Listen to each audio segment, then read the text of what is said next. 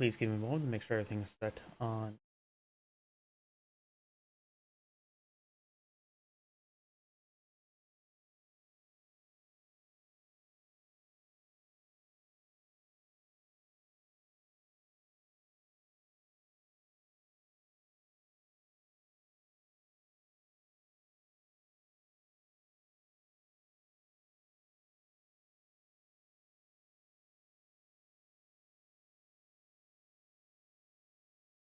Which appears to be going.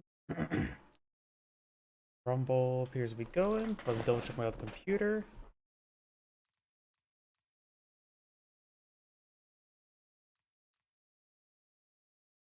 Yep, that should be good.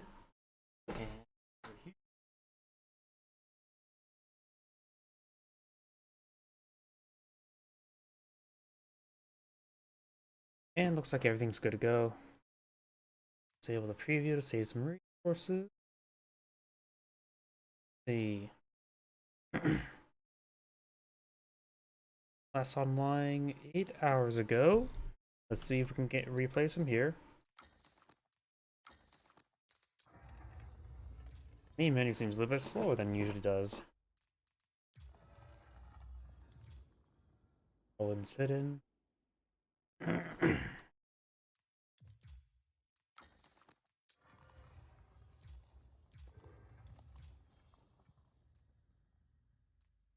That, oh, there we go.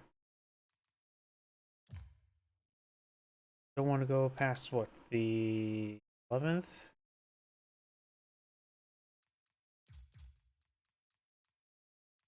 Yep. So then again, I don't remember casting much for this player. So it's probably fine if I do go back a little bit farther.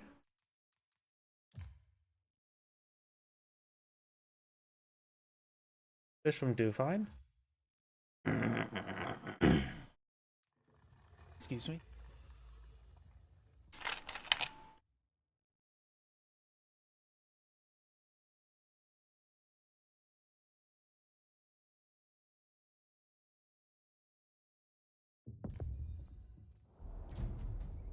Greetings everyone, and great here with another Age of Empires 4 replays. One south side as the Blue Rus, or west side. We have Averley. On the right side as the Yellow Delhi Sultanate, we have a foreign name. Sorry, I've got something in the back of my throat. Up north, we do have the scout moving around. When it comes to map generation, we've got quite a bit of gold in the back line for the Rus player. Speaking of which, we got Rus. Let's switch out of the castle mode and get so we can see the trade bounties. He does have deer and all of his small gold deposits right here. Pretty good map generation. We got a bunch of deer up here as well. So he has a pretty good expansion direction of back and left. Safe expansion direction as well. He does also have boar down here next to a whole bunch of stone, so the Rus's resources are very congested. While the Delhi Sultanate has his deer deposit right here. One deer still remains wounded. And you've got this other deer deposit also killed off there. Boar is way up here, next to a local doggo. He does have gold and stone next to each other. His berry deposit's way over here, and another berry deposit here. But overall, I think the Rus map generation is just significantly better. The Rus player is now at 195 trade bounty. And likely we'll go and see the Kremlin going up very soon. He is putting the Kremlin next to the gold deposit, which will help him give some good security in this region. He'll probably go for a town center, maybe next to gold deposit, and go for a hunting cabin right here. Possibility. Would also claim some of the trees for some a little bit extra gold generation. And both sides, I'm not claiming some at the moment. A little bit too early for that. And this will get in tier 2 trade bounty. Let's just keep an ear out onto the sound notifications, see if we kill any more wolves. Our victory is now going on up.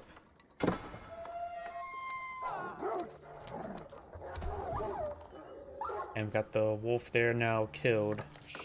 His trade bounty's getting pretty high, getting relatively close to the 350 magic number. If he reaches 350, then he will have enough and killing off both fours will give him the tier 3 trade bounty, so he could actually eye for the going straight for the spore as well. And this spore is a little bit more exposed, goes for a wooden fortress as well. Let's take another look at the Roost player's trade bounties. Yep, all he needs to do is kill off one boar and another deer or wolf. One boar will not reach another. It'll give him 495 out of 500. Scout moving around. Going for this hunting cabin now. Is next to some trees, which will give some good gold generation. In fact, putting a great hunting cabin there wouldn't be half bad as well.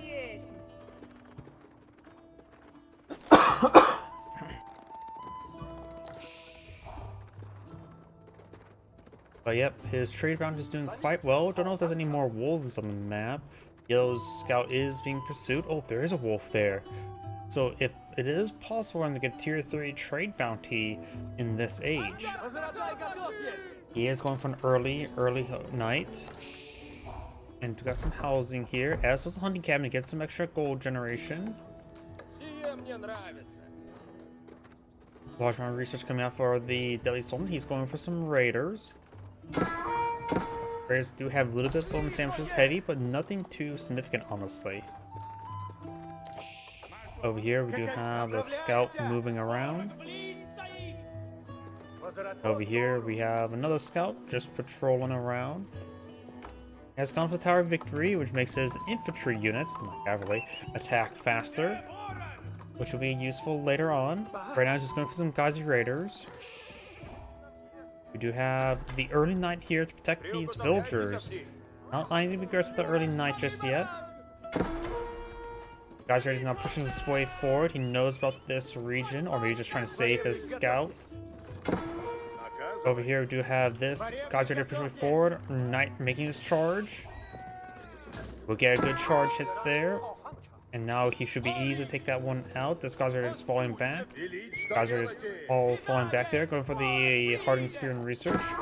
Scout getting hit by a scout and by Ghazi Raiders. Here comes the knights. Knight number 3 on the way. Archer's not been pulled up by the ruse.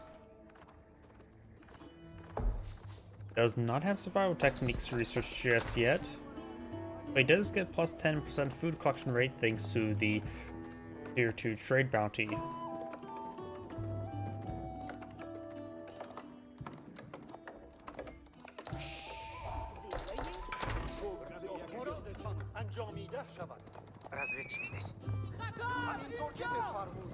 We got a good number of Ghazi Raiders there. The 3 knights may be able to deal with it. They have to make sure not to hit the scout.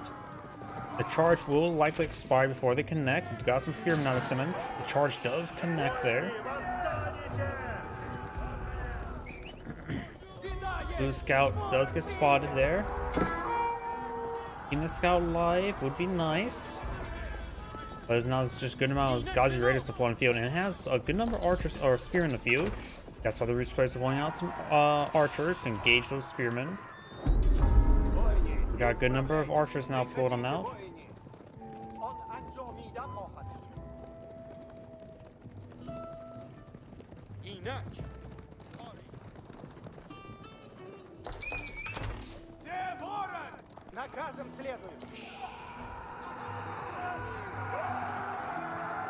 Archers pushing their way forward.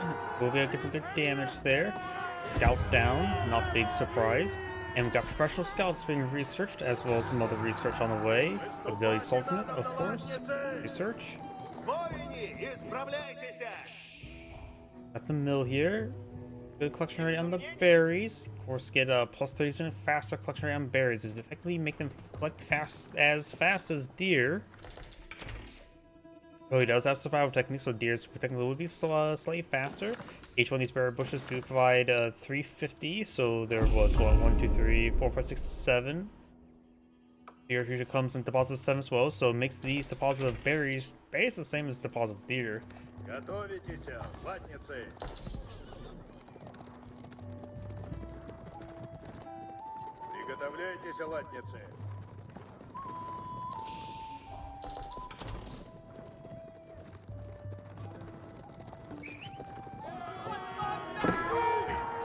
Knights do take some damage there. Trying to deal with the Scholar. Scholar gets hit significantly there. Even Paiti can't survive everything. Right now the Roost player does have range damage, range armor research. His opponent has gone for range damage and melee damage. Going for melee armor and damage, or range armor and melee armor now.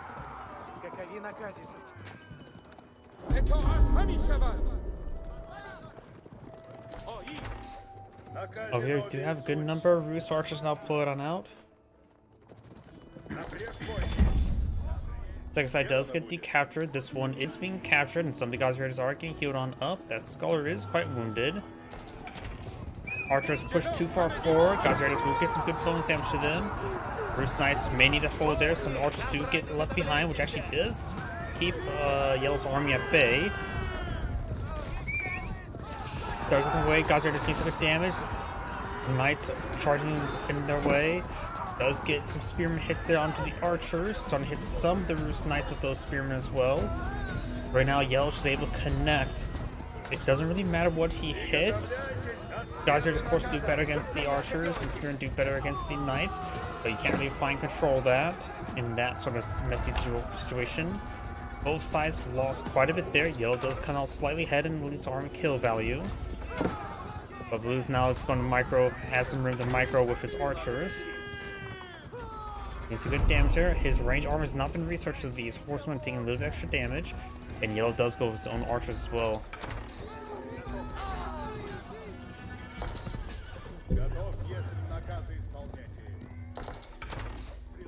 Right now, the Delhi Sultan archers won't be too significantly important. Spearman would be nice. But he could almost just go for mass Ghazi Raider and probably be generally just fine. Another Roost player just playing a whole large number of archers.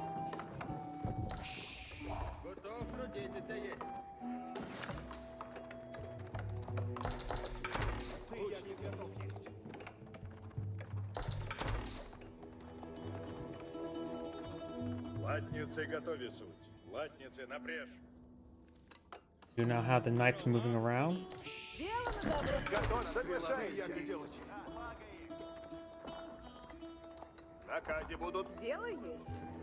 Textiles have not been researched yet for the Rus. Delhi Sultan has gotten textiles, which is pretty important when fighting against the heavier knights, but they're not French knights, so they can't two-shot the villagers without textiles. If they get +1 damage, then they could, because their damage would be... The lance attack would do 30 damage, and the sword follow-up would do 20 damage, making 50 damage. But of course, he already has his melee armor to counteract any sort of melee damage increase. Guys, Raiders, against good hits there, does take out a knight. They do get +2 damage versus heavy, so they're doing 50 damage per strike, -3 armor. They can get 12 damage per strike, which would make it a bit more divisible thanks to +1 damage, because 120 and 190 minus 120 is 70, and 12 times 6 is 72. So very little overkill damage when God's Raiders right now hitting the knights.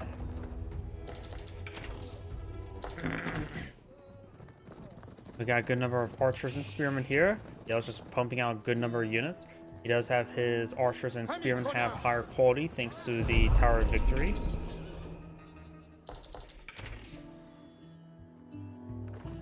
Roost right now is designed for a couple knights on the field, we're mostly going for archers. The Ghazi Raiders will do quite a bit of work then.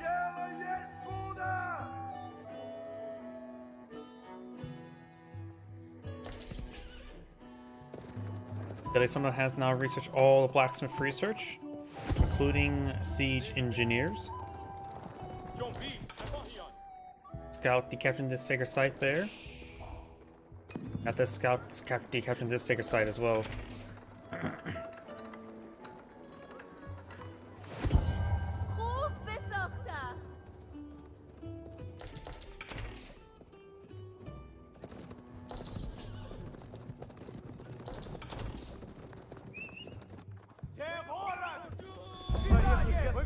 Scout taking a little bit of damage there. And now got the scout going down as well.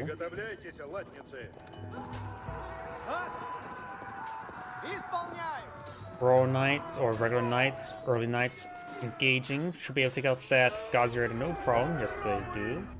Oh, if you got these Ghazi Raiders now moving their way down south. There are some somewhat exposed villagers there. We've got 8 charges onto the Kremlin. These villagers are a bit exposed. There, of course, the Kremlin is a wooden fortress, so it can store up to 8 villagers there. Additionally, does get the various research already researched.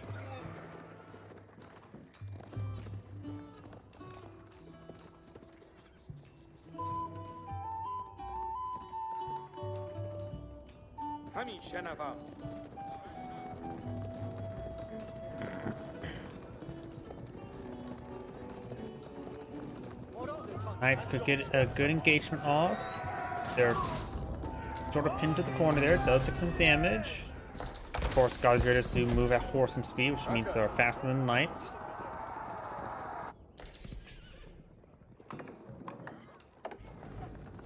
And it looks like the Rus villagers will ghost off everything, allowing the Blue Knights to engage as well, getting some good swipes there. Multiple Ghazi Raiders going down. And these Ghazi Raiders are now trapped there. Got some more walls going up here. They're not fully built just yet.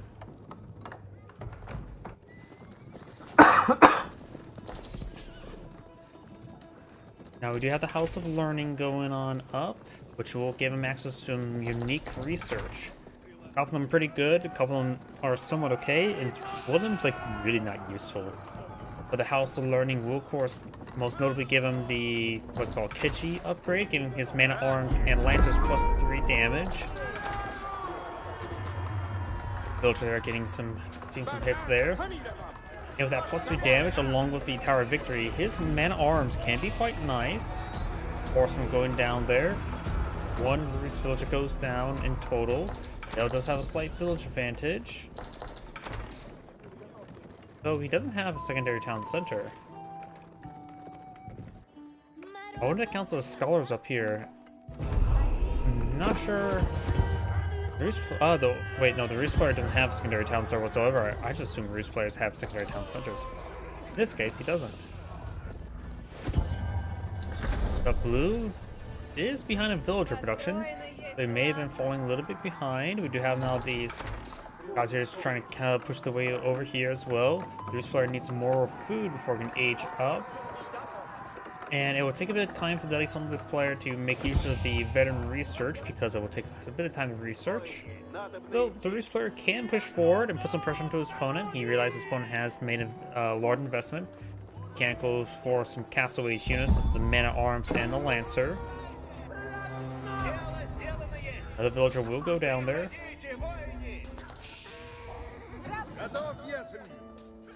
And those villagers will get some shanks in as well. Some yellow villagers have gone down with just 1.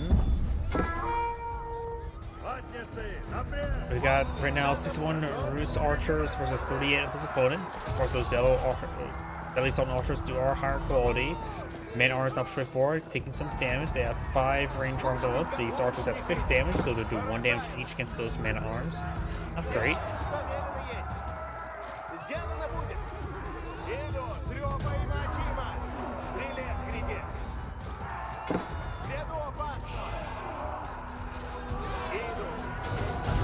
Now, although Spearman has been whittled down a little bit, he's now going to be counterattacking with his Lance or Knights. These archers trying to fall back. The Rus player does have 43 archers remaining. High trade house not being pulled in the field. That would definitely get up a tier 3 trade bounty relatively soon.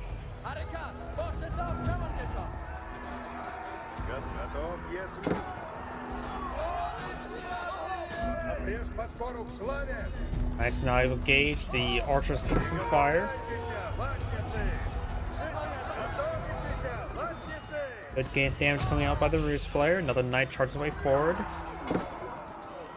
They'll start to lose quite a bit of his army. Can't make use of the veteran research just yet.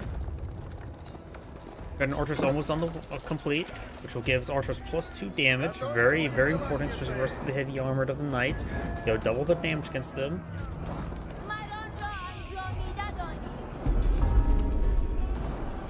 Grenadier does have 8 men on the field, no lancers, more dead villagers there.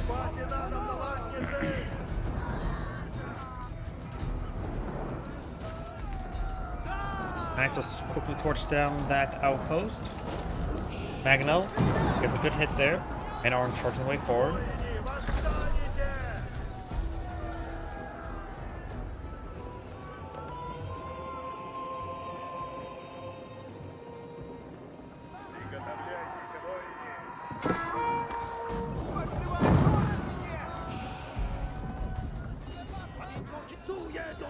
Those archers do go down. More archers are just streamed on in. Those two do not go to their death.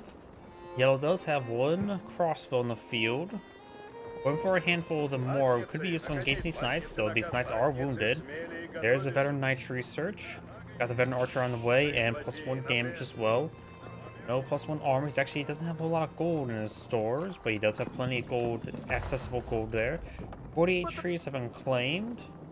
High Trade House will have 300% more or 400% more gold income. So that's probably going to provide him around 210, 220 gold.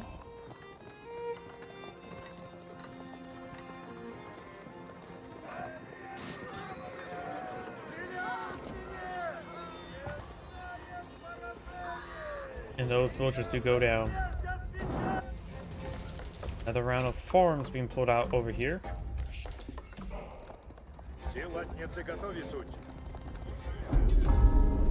Or now being hacked apart, that will probably get a tier 3 trade bounty. Yep, it will. And there you go, 505.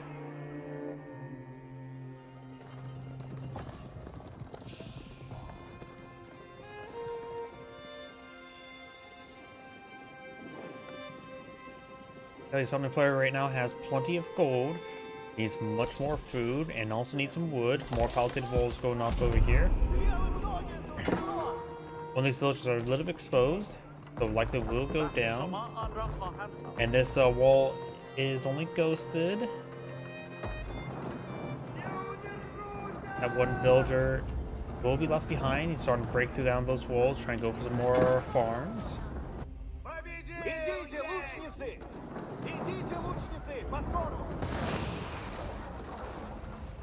And this villager could slip on by and get back into his base, in which, nope, he's going to stick there and build walls. More villagers being brought in over here. Got 2 warrior monks in the field. Yellow's already claimed 2 relics and picked up a 3rd. Blue's picked up the other 2. Maganel finds some hits there, but will quickly go down here, along with the crossbow man at arms.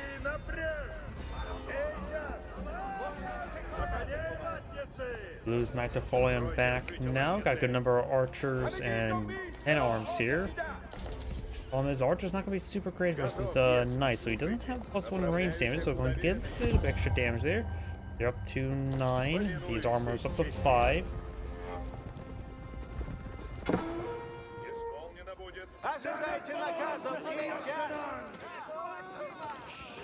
Crossbow takes some hits there. And Malron's engaging as well.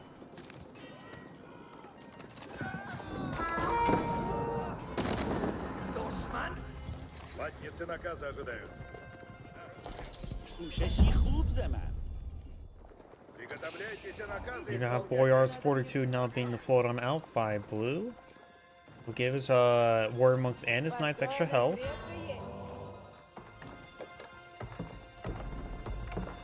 More fortified palisade walls there. Trying to keep up the various food, and there's actually quite a bit of trees here. That looks like a good spot for a hunting cabin. Maybe going for more hunting cabins right now wouldn't be half bad. And perhaps another lumber camp here.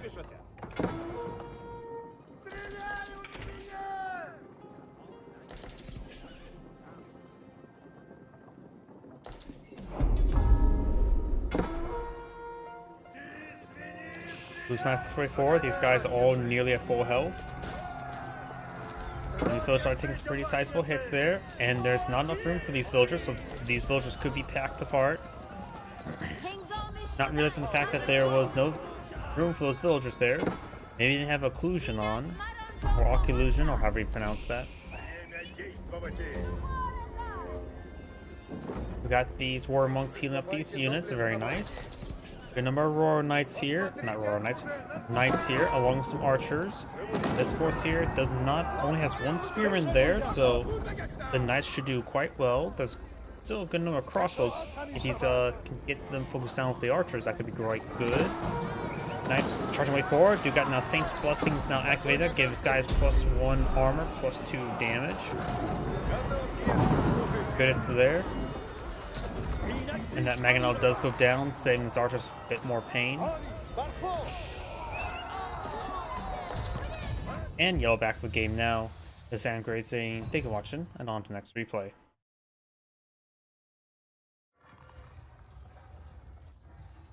See now.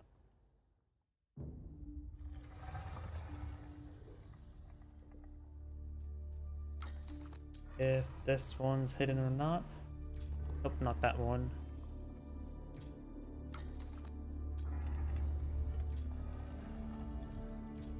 It is hidden. Next one's online for 22 hours. I don't know why this name may be a bit too common to me. Maybe not. It is pretty common. This one?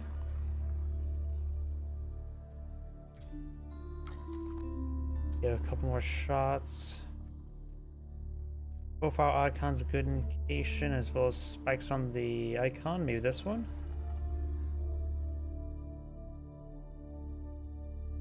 No.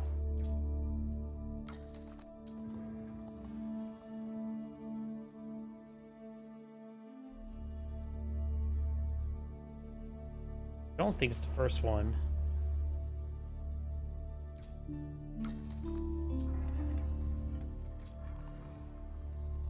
Yep, I'll just go on another player.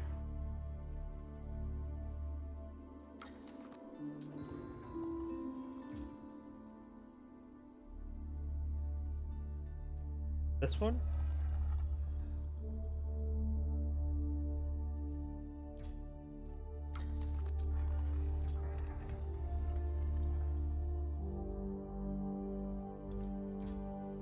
And hidden.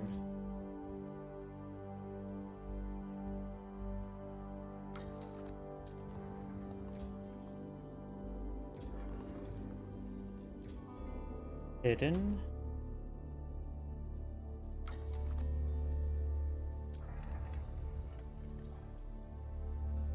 This one's a pretty common name, but could be this one. It is, but hidden.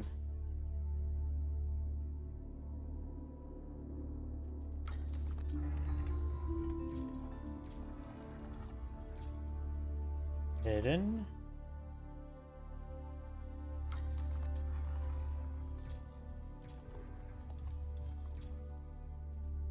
Here we go. Not a whole lot of replays this week.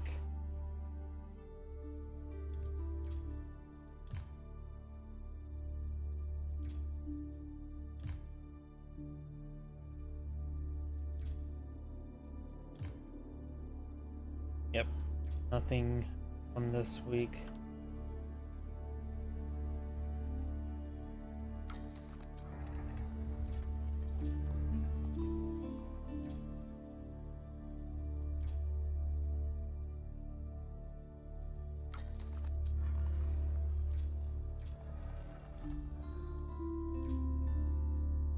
Here we go.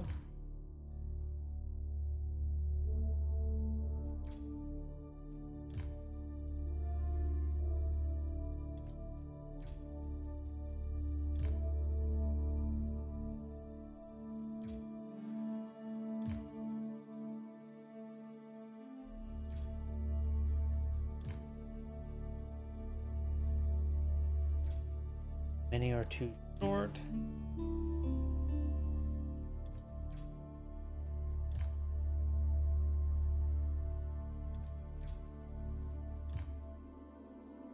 Here we go.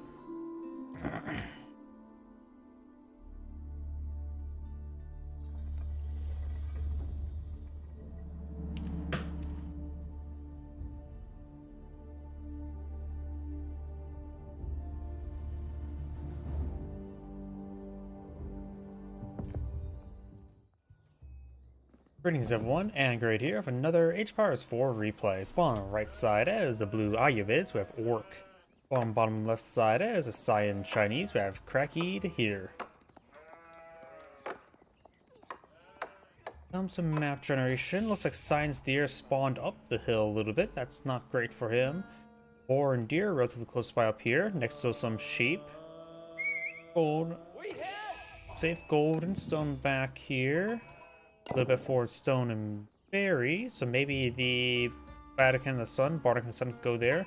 Maybe a good idea to try to set up around the sacred site there.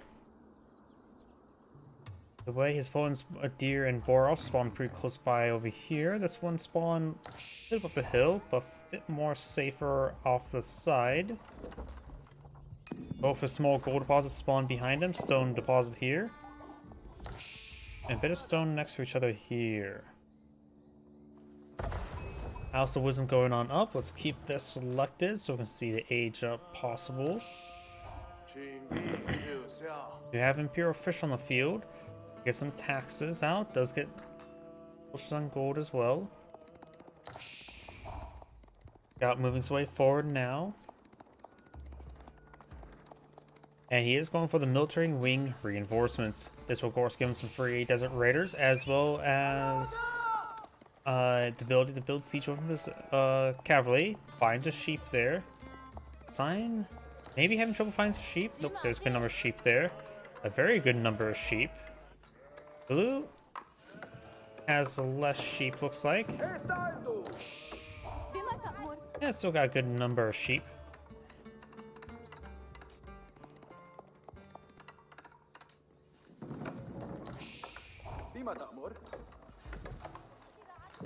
Most of the berry bushes are now being collected on up. We do now have the military reinforcements 30 seconds away. We do have, of course, Imperial Academy here. There's a scout there. He does spot the deer deposit at least. And these villagers now push way forward to an eye for the Vatican Sun right on this high ground there. Be a good choke point. Blue does spot this. With his free Desert Raiders, he can deploy out some battering rams with them. He's going to charge his way forward, throw some torches here. He is sending 7 villagers there to rapidly build it, so it will go pretty quickly. This villager does take some hits. And now throwing some arrows onto that villager. 3 health. And does go down there. Desert Raider has no inherent range armor, so will take some serious damage. But does manage to get that one villager killed and backs on out. Does kill off a deer here. And things as well, this Desert Raider can just move around, and I deploy a battering ram along with a scout. We have 2 units, he can build out some siege weapons. He does also have enough wood now for a battering ram as well. And a single battering ram can take out the Bardic and Sun, no problem.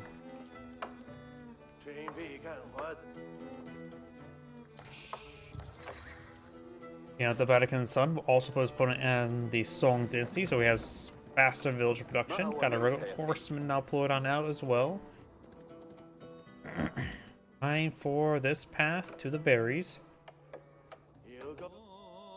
His opponent's berry deposits right here for the extra food collection. It does have this larger one way over here.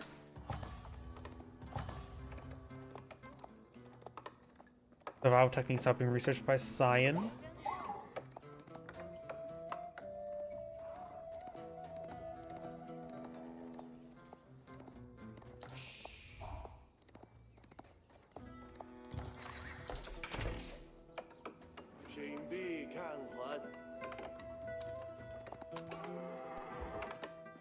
More of the deer are going on down.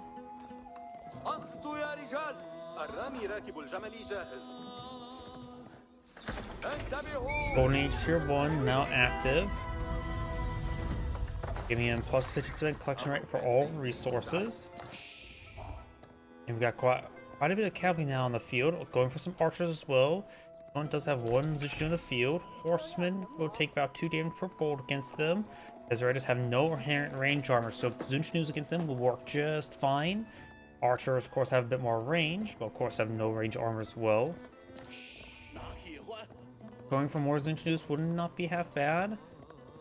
And maybe I actually mix of Zunchnus and Horsemen. He is going for some Spearmen right now.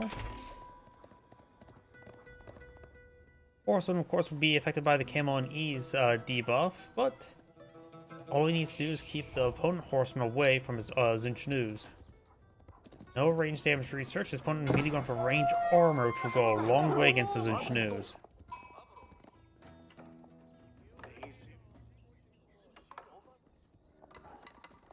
Outpost going up here. Does have a scout spearman in Zinchnu.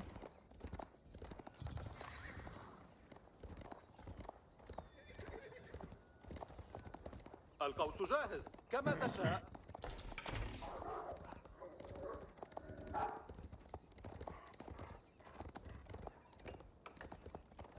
Hero examinations now complete. Horsemen running away from a wolf. With these forces moving around.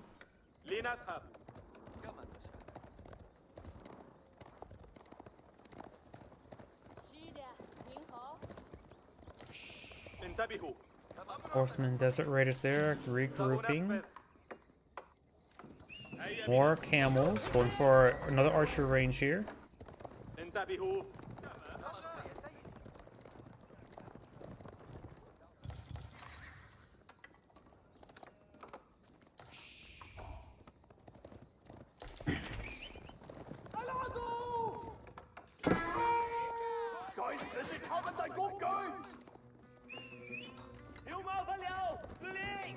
أنصتوا يا رجال.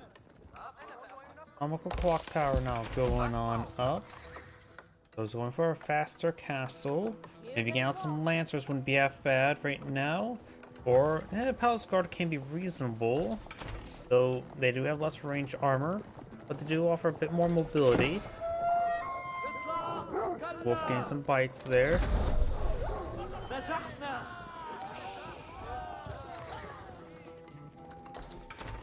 Blacksmith now going on up. No, one thing to care about the fast fortress, he may want to go for more range damage first. If he really gets his range damage going, get the veteran Zinchnu research, his Zinchnoos will pack a lot higher punch than normally they would. So now they have 4 damage. They can potentially get up to what, 7 damage this age? Or is it 8 damage? At least 8 damage. 8 damage per bolt can do some severe work. Or maybe just 7, I forget. Either way, that would be quite good for his lively armor targets. Got some spearmen now engaged as well. The outpost takes some hits. Horseman falling back now. Village taking some hits there as well. Some Palace Guard being streamed on in. Does get some village inside the village as well. Palace Guard does take some of those horsemen. Got a villager here who may want to get on out as well. Outpost has taken some damage. Palace Guards can hack apart these units.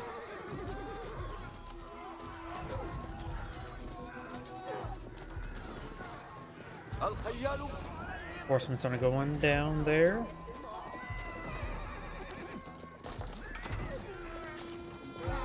Good hits there. One horseman does, another horseman does go down. Spearman does go down. More Palace Guard hacking apart these horsemen. He went for the range damage for his Palace Guard. He needs to plus 1 more range damage, and then will only take 1 damage per arrow from Ayubid. Additionally, he's not aging at the moment. It's bugged where it doesn't show you it up here. So if he goes for 1 more range damage, then those archers do 1 damage each. He's contesting all the villagers back onto the various jobs. Palace Guard taking some hits there.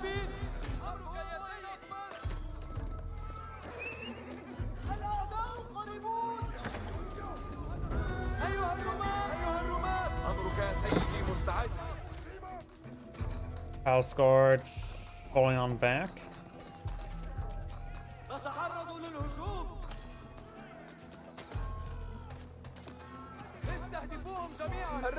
Horseman's starting going down here.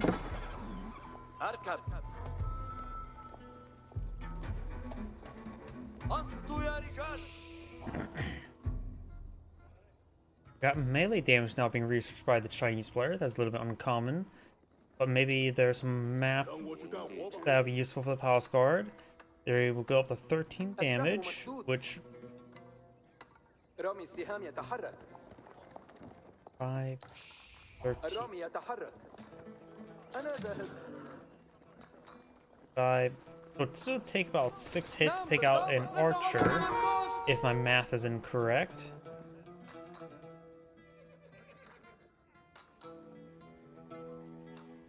Maybe it's used for engaging the horseman. Not so sure. I was going for 2 rounds of melee damage. He's also going for more ranged armor.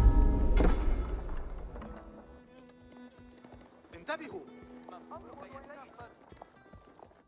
The Ayubid player is aging up, going for economic wing growth, which will give him extra villagers and more berry capacity in these berry bushes.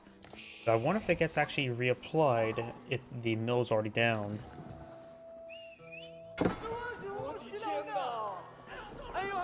Palace Guard gains some damage around the archers.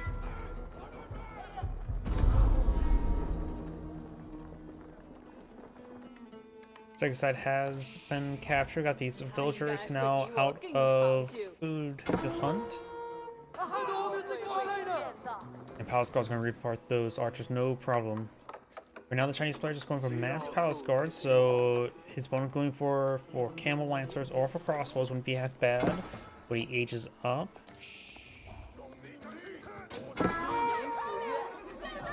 Since they do have 5 range armor, these archers are doing 1 damage each against them.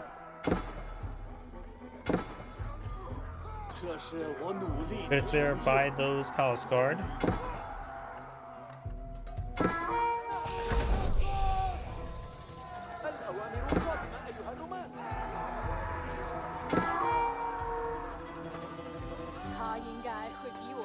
And now Side's going to claim the boar. This is a large number of villagers to take out the boar. So taking out is not a problem, but he won't be able to collect up all the meat there of those villagers.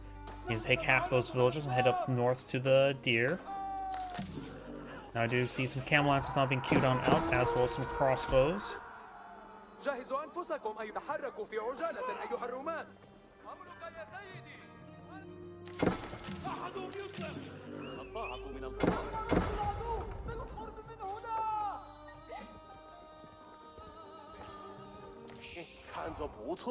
Archers take some damage. Got these berry bushes not being collected up as well. There's Golden Age Tier 3. This will of course give him improved production speeds. That's going for the deer deposit, but got some camel lancers in this region. There are 6 villagers there, only one of them can't get inside the outpost. Does get 4 inside the outpost, the other 2 manage to run away. Palace Guard trying to play forward. Get some damage on the camel lancers, but camel lancers will generally win this fight. Got also a crossbow, another Palace Guard trudging way forward. There is a desert raider there, so make sure the crossbows do not be hitting it. The crossbow is hitting it. Desert raider will quickly go on down. More crossbows being pulled out by blue this time. Camel Lancer's taking some hits. More crossbows pulled out by the Chinese player. Camel Lancer will connect on to the crossbows. Blue's crossbows doing some good job taking out the Cyan's crossbows. Outpost is set ablaze. Villagers do popping out to quickly try to repair up the outpost. Oh, goes for his Wolo there. Monk take a good volley there. It does get picked off. I actually didn't really see what actually picked it off there. Didn't see any crossbows turn around and shoot, but either way, the villagers have been saved.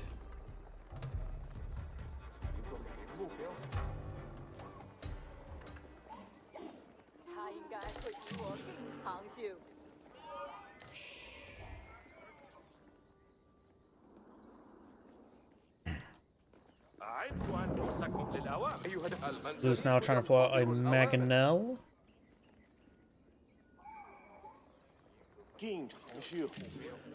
Oh, this is a unique variation. We also got Clock Tower Nesta Beast, which should be very effective versus these units.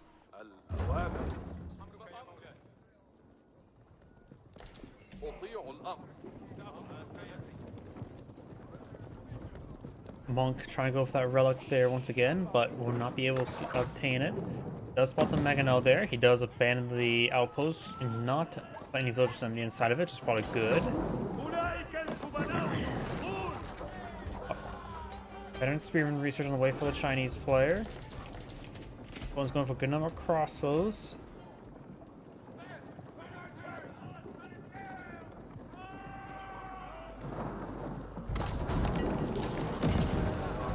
Now the outpost is taking some damage.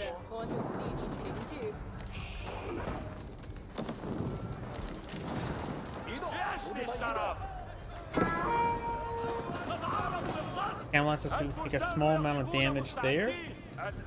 War forces are streaming on in.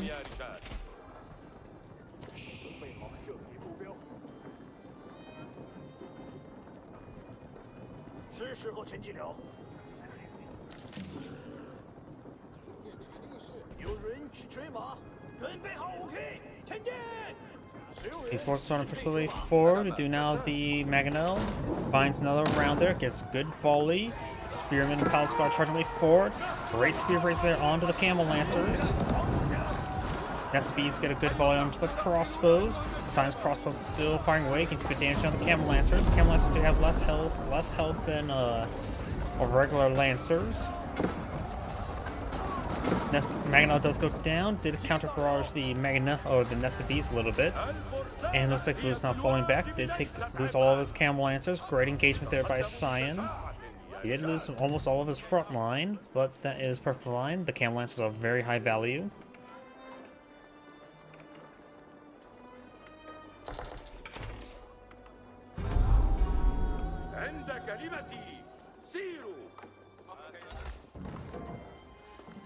Spring Gold now being poured on out.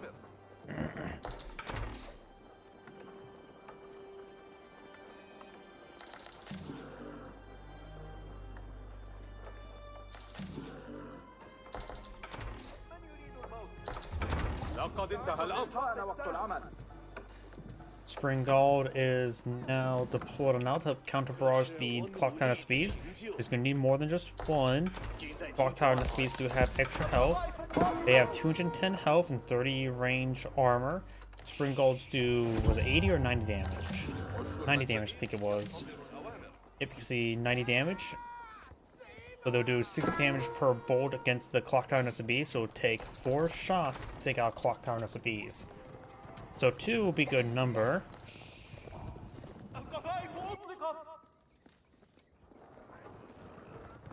Science moving down here, trying to gauge the Camel Lancers and the Horsemen.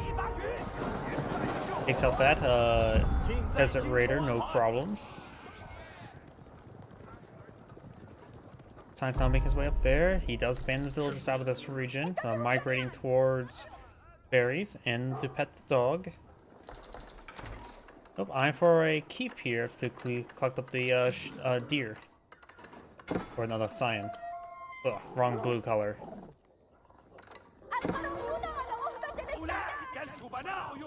Ambulance is pushing away forward, trying to find some villagers. This outpost is not a good garrison. Some of these villagers will probably get impaled. Big time. These villagers don't have textiles. Keep going on up. This keep will also be next to the trade post there, so could be possibly good. The Chinese player could eye for a bit of trade.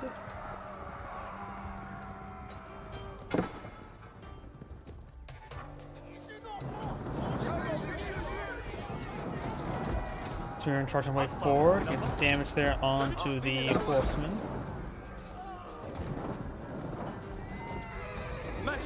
And all these forces just get thrown away right there. No response there whatsoever. And now maybe a good idea for the IU bid player to eye for some Guilloms against all these spearmen, though he's still fighting against a good number of crossbows. So maybe Guillaume Mangonel.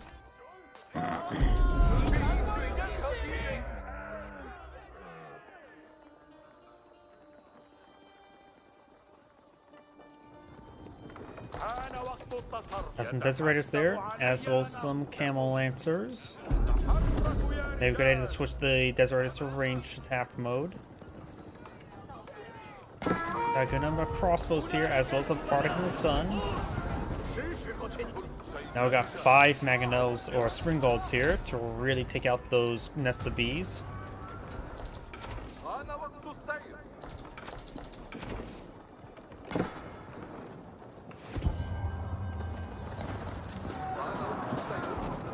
Get some good damage there. Nesta Bees do like to hit everything. They don't have to hit any one particular unit. And seeing how these units are really stacked up, now is a good time for Nesta Bees to hit this group of units. Vatican Sun takes some damage. He's probably going to just let the Vatican Sun go down so he can counterattack. Springalds pushing far too forward. About to get overrun by a bunch of spearmen. One of the Nesta Bees will go down, but he's going to lose almost all of these Springalds there. One remains. Mangonel gets a good hit there on the Spearman. The Spearman getting really hit there by the Mangonels. There's 3 Mangonels now floating on the field. And got now the Springald upgrade on the Vatican Sun. The Springald emplacement is no longer active.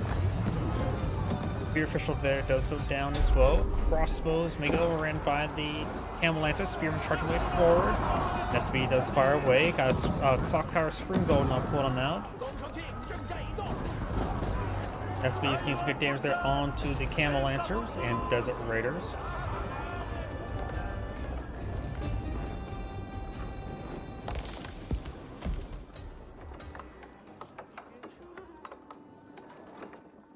Blues have already killed off 16 villagers, but Cyan still slightly ahead thanks to the Song Dynasty, and now Cyan does have 2 town centers.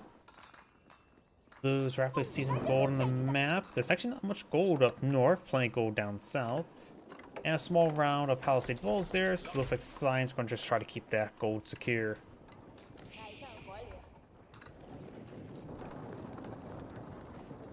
The mill will burn down, not before the tax is collected. I don't know why. They start rushing out to put out the fire, then Pure Official just grabs the money and go.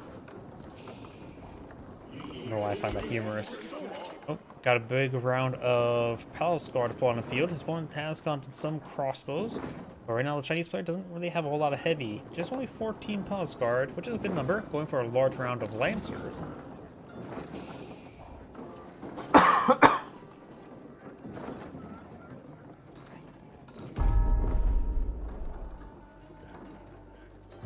تم تنفيذ العمل.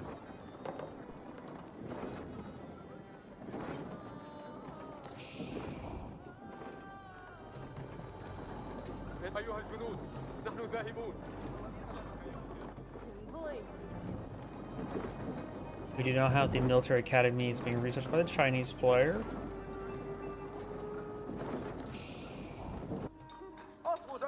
Oh, there's a good number of idle villagers there. They're no longer idle. Blue has captured the central sacred site. Southern sacred site has been captured by Cyan, but being decaptured. This one is currently captured by Blue as well. Looks like there's going to be need for more lumber camps this region. Probably one here and here would be good. Blue's going for an outpost here. Got multiple Springalds now pulled on the field. Got a good number of granaries out, all of them at least.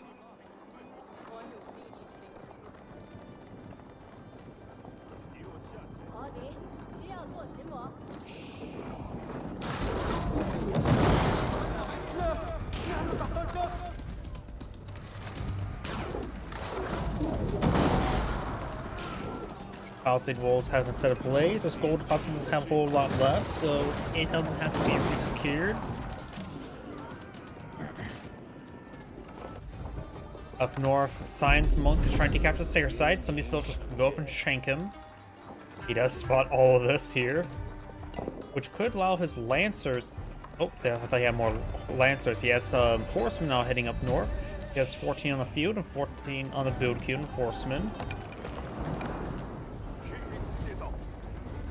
Right now, the iPad player has good amount of siege weapons, good number of Springalds, good number of Mangonels. Cyan does have a good number of defensive Springalds and 2 Nesta Bees. Sacred Site has been decaptured, and now the Sacred Site is being captured. Lancers engaging the camel or Desert Raider.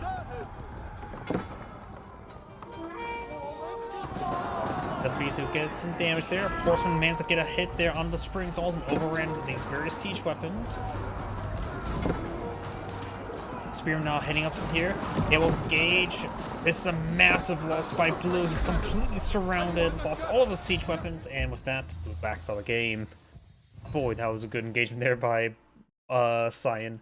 This Angrade saying, thank you for watching, and on to the next replay. Before I get started on the next replay, I do need the restroom. Please give me one moment.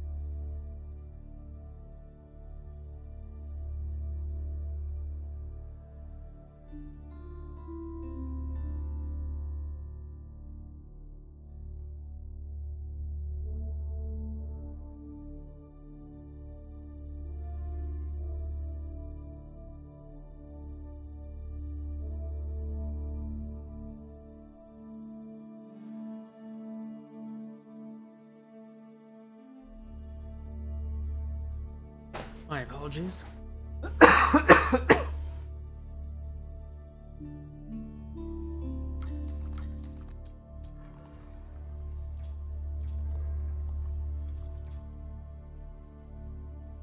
See, that was Cliffside, right? Not that one.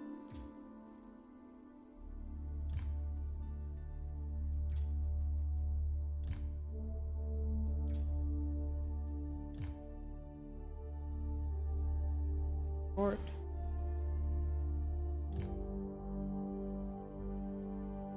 Go too short. Bunch of game. And everything else before that's from previous patch and old.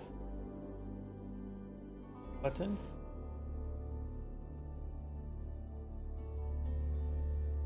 I'm not sure what this name is. Howdy.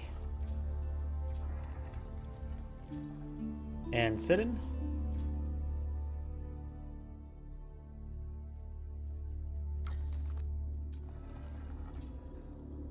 Let's see, which one do you think is the right one?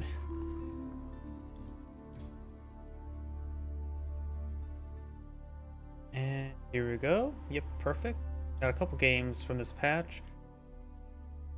Not patch week. That's the term I'm looking for. Oh, I'm out of it today. And it's too short. Here we go. Can probably do this one. Did I do this one already? Don't think I have.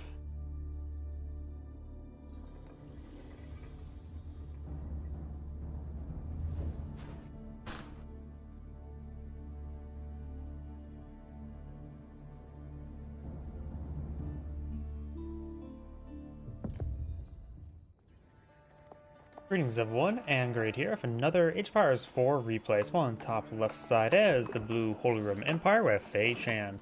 On bottom right side is the yellow Chinese, we have Valdemar. When it comes to map generation, looks like we do have both deer deposits and boar relatively close by each other up north, along with a good amount of gold. And there's only stone down south, so north is a good expansion direction for yellow. We also got a bit of stone. There's maybe Batic and the Sun can be deployed right around here. Or up here as a good spot. Wait. Oh, we got a Spearman Rush by the Holy Roman Empire player. I was not expecting this. Yeah. Holy Roman Empire player does have access to the Inspire ability, which can inspire what? Maintain inspiration on 7 villagers for 40% faster collection rate. Making it very useful early on. Unfortunately, we're going to see an outpost rush here, which deploying around the berry bush is not that important. He does have some an unbobbed sheep, so you can go ahead and walk away with that. This is the radius of the town center arrows, so there could be a possibility with a. I can sit over here and start stabbing the villagers. They're trying to come up and torch. Like the spearman over here is taking some fire. And the outpost is taking some literal fire. I'm gonna try to shank the spearman there. Spearman does go down. Outpost about to go on up. Outpost is set ablaze. Of course, he does not have access to emergency repairs. Another spearman not firing away. It's going to be very, very messy. I think he's going does take a villager there. Needs one more volley of torches. Oh, he needs that one extra torch and out of wood. He may want to run away with his villagers. Those villagers are still in there. Does to get a good stab on the scout there. Blue's villagers need to back on off. Yellow's villagers trying to shank the blue villagers. Got more spearmen here. Villagers do offer 6 damage every roughly 4 seconds, while spearmen do offer what 8 damage, 7 damage at every 2 seconds.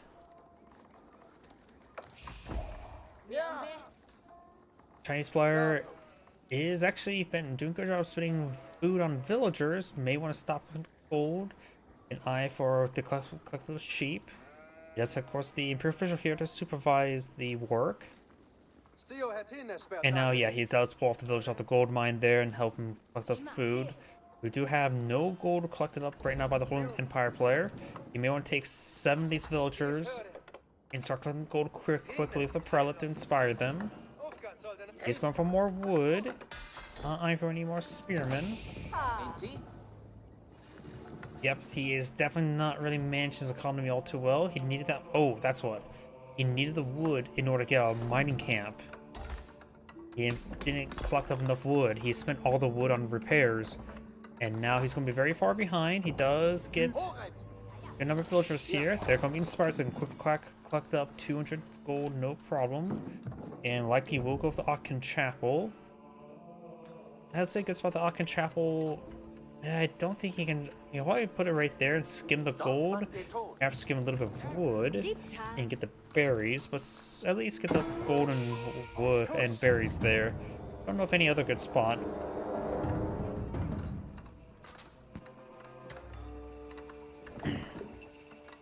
If he continues collecting a little bit amount of gold, he perhaps can research wheelbarrow while aging up as well. Bardock and the Sun will be deployed on the field. Spearmen have taken some hits.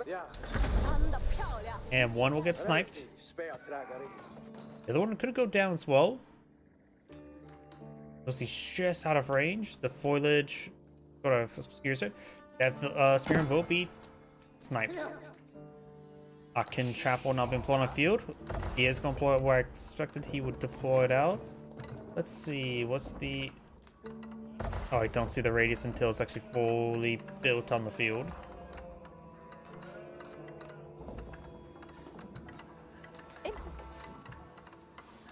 The Inspire ability looks like only affects gathering rate, not the construction rates. It would actually probably be a little bit overpowered if it can affect construction rates because it'll make your aged up pretty quickly.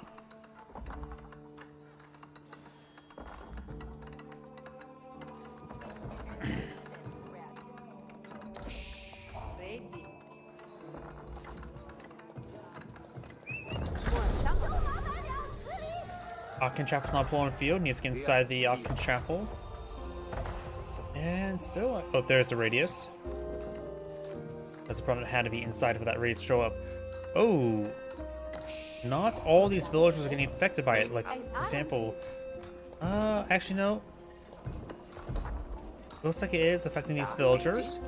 It may be that they do retain some inspiration after leaving the aura.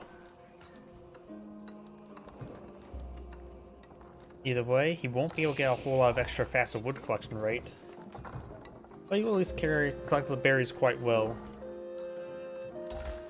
There's enough room for a set line of farms there as well. And maybe I'll do a little bit of a view around the town center. Oh, those Chinese players going for Fast Castle. Astronomical Clock Tower, right there.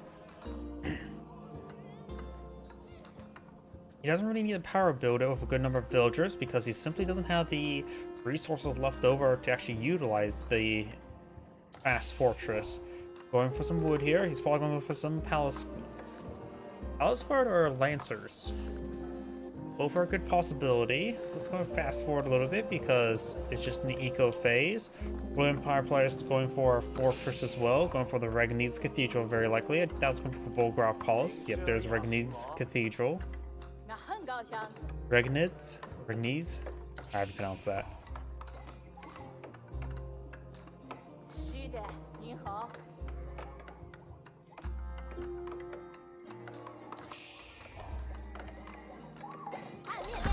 You now have the deer being brought on in from the side. There's the monastery now put on the field.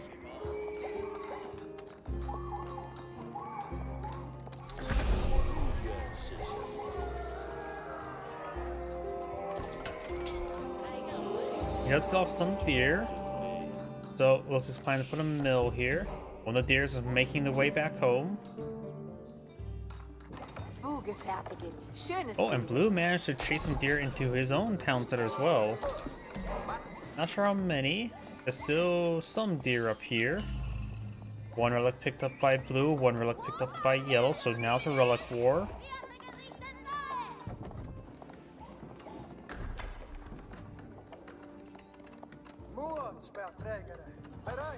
Imperial Academy now going on up, which will get him access to the Song Dynasty. And does drop the relic there next to the outpost. So go ahead and go pick up another relic. But Yellow has this one picked on up. Does escape the Vision of the Night, the relatively poor Vision of the Night. So he may, or if he continues this path around the corner of the map, he will be safe for now. We do have one relic still over here for Blue to claim. The Lancer got hit significantly by the Knight and Spearman.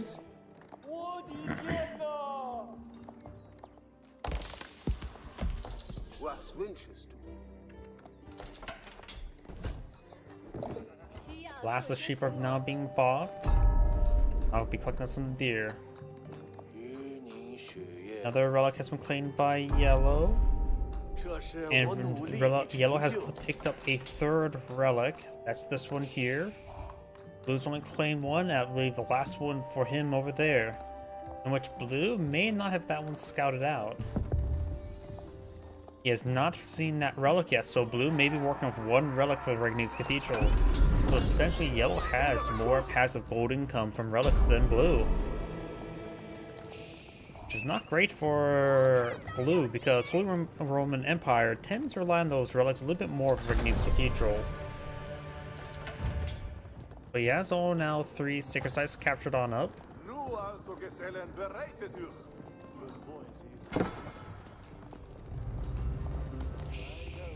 Arlington's son does get a shot there.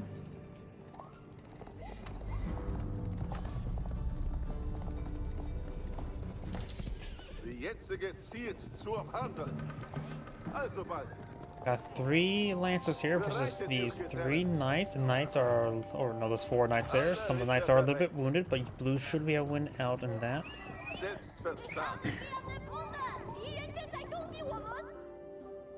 Over here, do have the spear in the center. Sacred site untouched.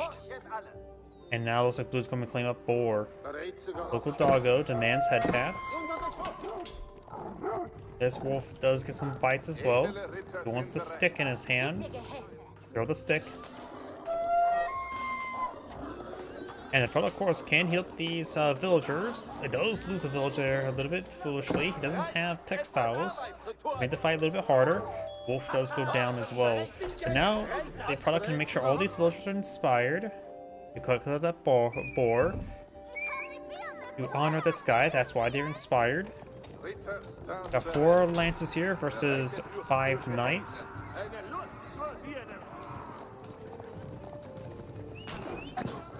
Got spring golden place up there. And Blue only has the 1 relic. Lancers do get a good charge attack there, gains good damage. Yellow's just gonna be focused on these villagers.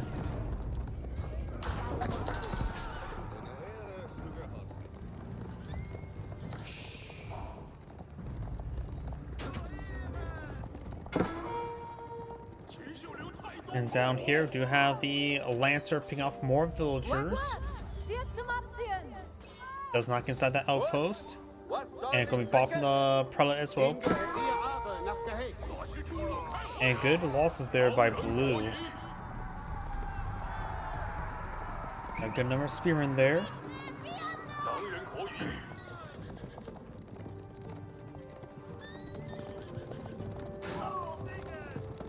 These knights will fall back. Got more archers and more knights straight forward. Good number of spearmen there. Does not get a spear brace. Over here, we do now have the Lancers taking quite a bit of damage from the knights.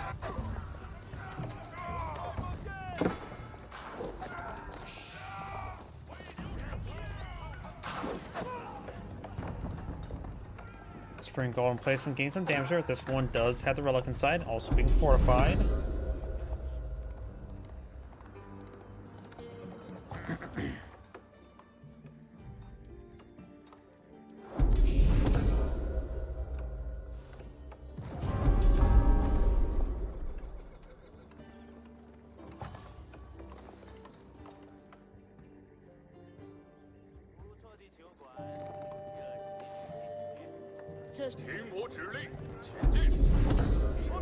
Also, swap here now going on up for the Holy Roman Empire player. It does have a good amount of gold in reserve. And this will allow him to get his villager count a bit more evened out. But right now only has 1.25 town center. The Palace Swap will get the Holy Roman Empire player up to 4 town centers. Whoops. Good spring gold hits there. Those getting hit by the Lancer once again. And Nexus spilling his fire. Does trade a bit of gold for some food. And multiple villagers going down there. More Lancers charging way forward. Did get hit by some spearmen.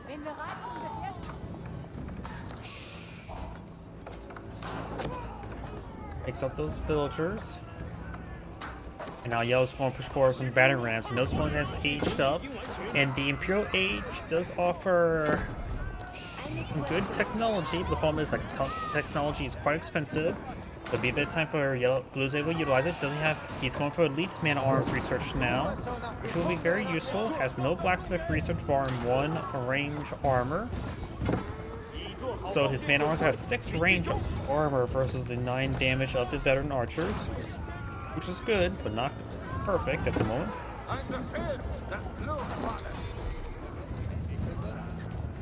These knights can push on forward as right now as well. Get some good damage on all these forces. There's only a handful of crossbows here to engage the knights. He's going to take out the battering ram. He does have access to emergency repairs if needed. He could activate it now, just get it on cooldown.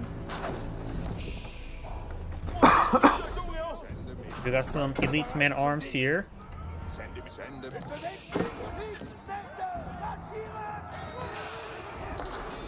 So building more and more man-arms now. They do have a 23-second reduction time.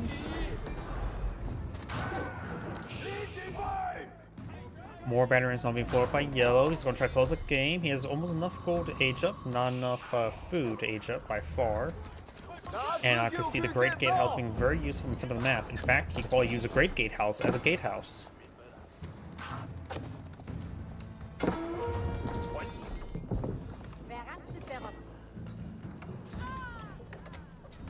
Lancer now getting shanked by all these villagers. They have 6 damage, so the Lancer will only take 2 damage per shank. Military Academy now being researched by the Chinese player. 4 man-at-arms been pulled on the field. At this point in time, I bet he wished he went for the Bulgarov Palace. Does pick up the relic there, evacuating it. Could just put in the Regnates Cathedral for the time frame. Here comes the man-at-arms, or not.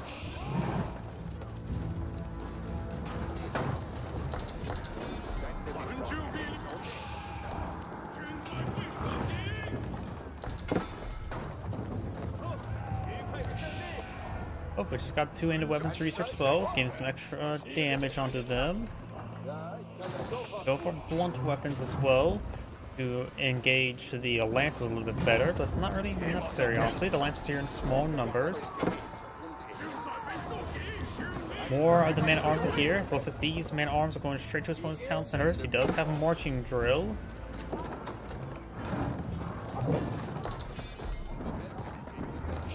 More battery rounds trying to push way forward, taking out some good number of the housing. He's going to get pop-capped soon. Or will be put pop-capped. He's going straight for the villagers here. Villagers are migrating up north. So we've got quite a bit of Chinese units here. Blue's going to play this very risky. Lancer's now engaging these villagers. Getting hacked apart. Some of them getting checked by the man-at-arms, which is good for Blue, but did lose a number of villagers. Yellow has a 10 villager advantage at the moment. Man-at-arms trying to pursue these villagers who are evacuating up to the corners of the earth.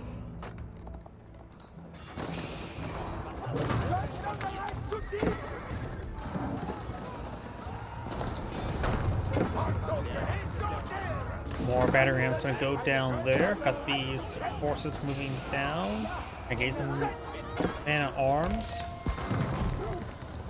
Hardened Spear, of course, will be ripped apart by the men-at-arms, but there's a good amount of archers here. No crossbows there as far as we can see. So there are 8 range armor mixed, so they only take 1 damage each from these archers. Though right now the Clock Tower Nested Bees is getting some good damage on in. And we've got more exposed villagers now getting hacked apart by these lancers. Yellow's doing a good job of killing off his opponent's villagers. Does inside the Palace of Swabia there.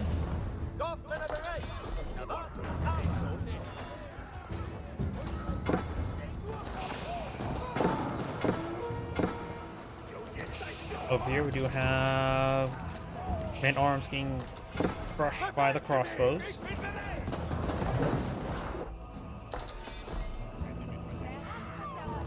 More villagers going down there. That's a big problem for Blue. Battery rams almost down. They're not getting hit. A couple hits from the elite man-at-arms would take it out. 3 hits, guaranteed. Maybe 2 hits. It does take what, 20 or 25% damage vulnerability from melee. Yeah, 20%. So 2 hits could take out the battery ram potentially, or maybe leave it at like 0 health. Cancel these units there. Got a good number of Chinese crossbows there. Castle Ridge crossbows. More banners pushing forward. Do now emergency repairs onto the Rignes Cathedral. Take quite a bit of damage there. You can't use conversion ritual onto siege weapons. Villagers down here. The Lancer looks like maybe been cleaned on up. Blue's down to 62 villagers versus 76.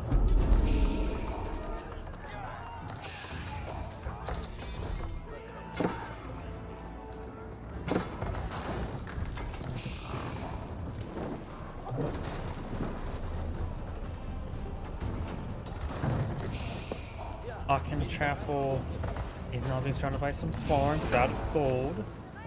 And there goes those landmarks.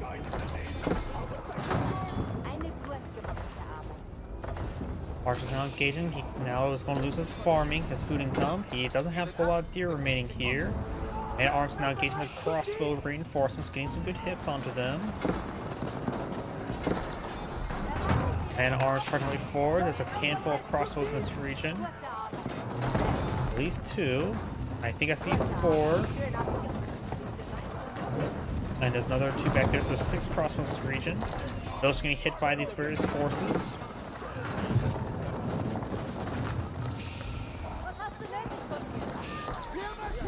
Those are charging way forward. Tribe's trying to throw some torches. That's what they're doing. Second landmark has gone down. And Blue does back of the game now. It's Angry saying, thank you for watching, and on to the next replay.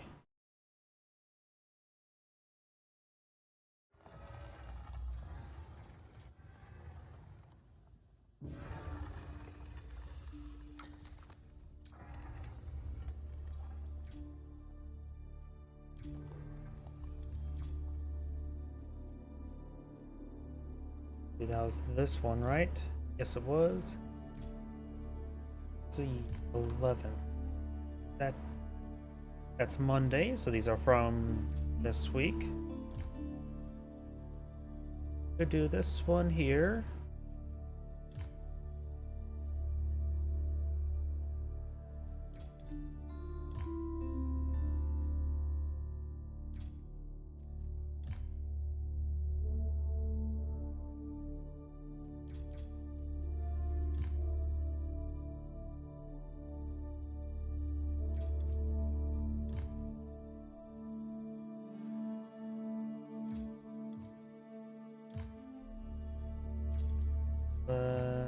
One above that.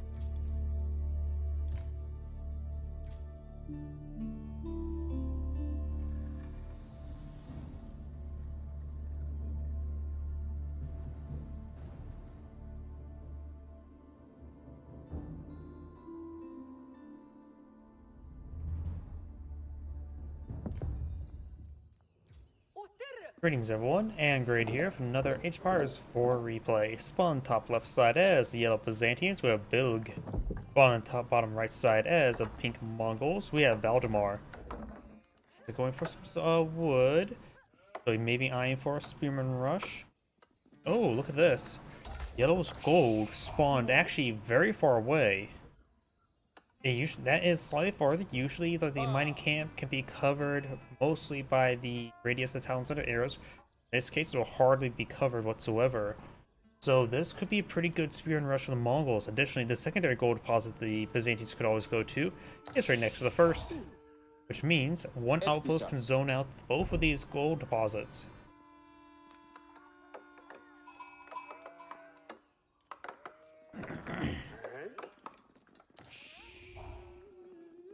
Does pick up all that wood there. Villager making his way over here. And there's the barracks. Here now being redeployed to the gold deposit now.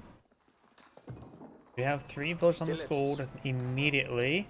This distance is a little bit far, so it'll take a bit of time before the spearmen will arrive. First times 2 spearmen is on the way.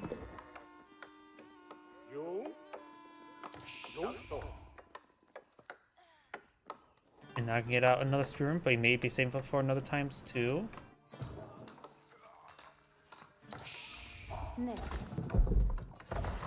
We now have the Grand Winery now being plotted on field.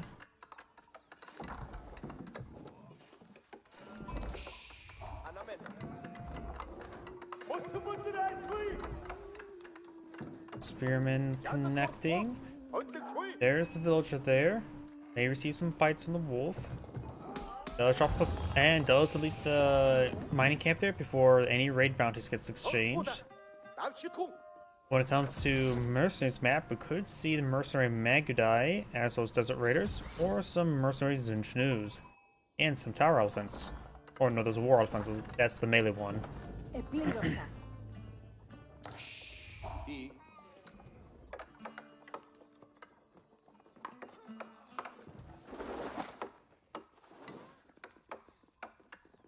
Do have a outpost now going up here, which will help them ward away against even the villagers in the wood deposit, though vision may be a bit more difficult there since there's trees in the way. Ink sends some sheep on home. And he's actually starting to run low sheep, so these sheep are needed. Yellow does have some sheep here. And Yellow almost has enough wood for an archer. It does have enough wood for an archer range or for barracks. I don't think a stable will be good against all the spearmen up here. So maybe we could either go for some Nintani or maybe some archers. Recreo Siphon does cost some gold, so it is a possibility later on. We do got a barracks there. I'm not sure what the villagers are doing here. Scout gets annihilated by these spearmen. Scouts have 110 health, and so that was an adequate number to kill some damage there. Villager does take some hits there, though he does have vision. So he's able to deny both gold deposits and a little bit of wood. But there's still this wood deposit here. The Khan does spot the barracks. We do see the Hardened Limtani research.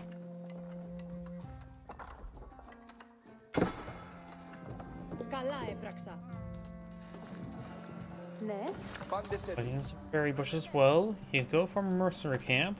Not sure what mercenary should he go for. Mongol player does get out spearmen. They tend to go for the get Keshiks this age. He can go for his own Keshiks. Maybe a good idea is to hold on to olive oil, maybe eye for something in age 3. Or could eye for the mercenaries on the map.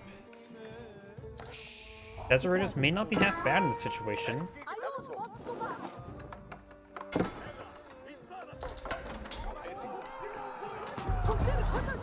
Does use the arrow there to help engage. He does pull out Fort House there for the border settlement research. He would throw some torches there. It does have still regular health for a house. Silver Tree is now complete.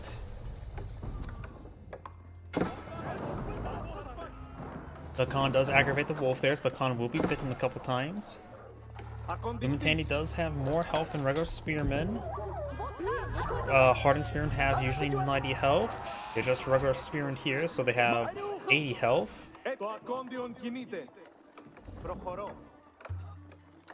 Does have enough olive oil to bring in a group of mercenaries. He's going for the mercenary house now.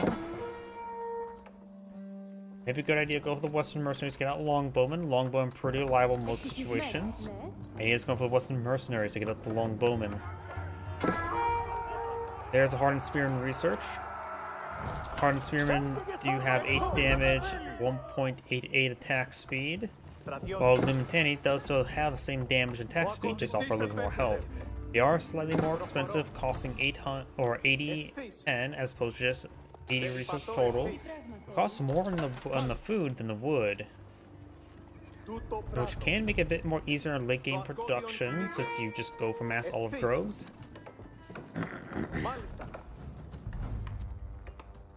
Looks like these spearmen maybe I just get garrison inside of there. It does have another outpost over here, causing some issues.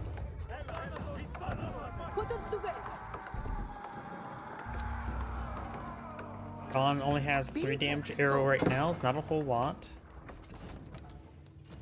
He does both spearmen across both of those outposts. Silver Tree now being redeployed. Right there apparently. That's not a great spot for it. Might as well go in the corner. In which, the trees are somewhat in the way, but going to the corner, actually going for right there is probably the best spot for it. Be more of a straighter path. And probably result in the same amount of income for a slightly shorter distance.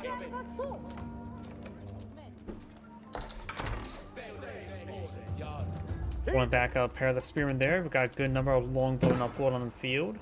Got some Keshiks not being employed on the field, as well as some archers and ×2 archers for the Mongols. Spearman decided to abandon the outpost. He believes he's going to lose the outpost, so might as well abandon it.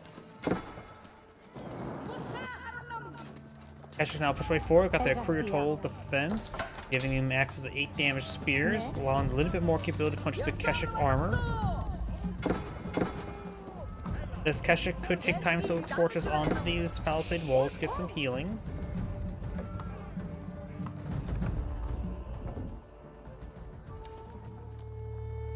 And spearmen are just going to try to run away. They do spot the other outposts, or they are going to destroy the other outpost. Mongol players are very far from aging up. And he is going for silver trees. Or not silver tree, traders in the silver tree. And he does have one on the field. Oh, he's going for right there. Interesting. He probably could throw the silver tree in this corner then. There's no reason why not to put an edge to the map.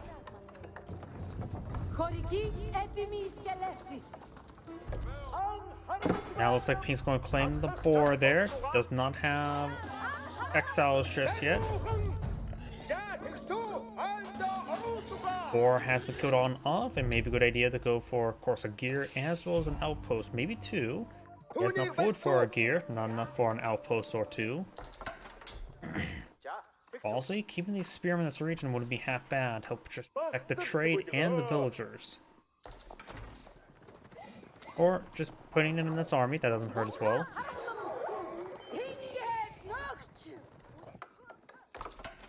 I've got 2 pastures in the field. Starts generating some additional sheep. I don't think anybody's collecting the sheep at the moment. So, oh, nope, there's 7 villagers there. That is an adequate number of pastures for those villagers. Actually, no, that's 1 too many villagers. You could have put the pastures next to the gear. Get some better sheep production rate. Let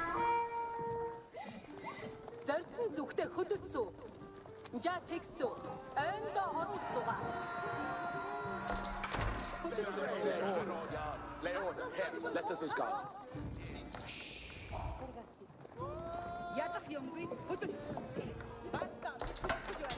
Looks like Yellow's almost out of sheep. He's almost out of olive oil or berries here. Just 1 berry bush.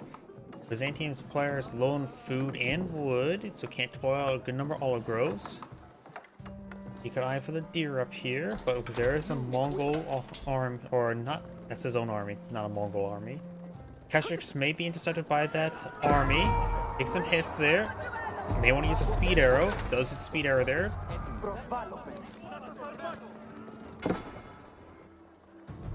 Mongol archers and handful of spearmen there.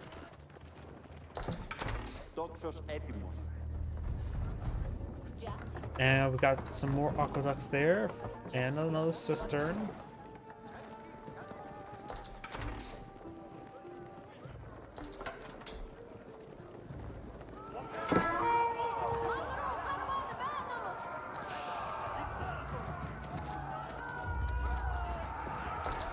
Keshiks now charging away forward. They're taking some damage there from longbowmans.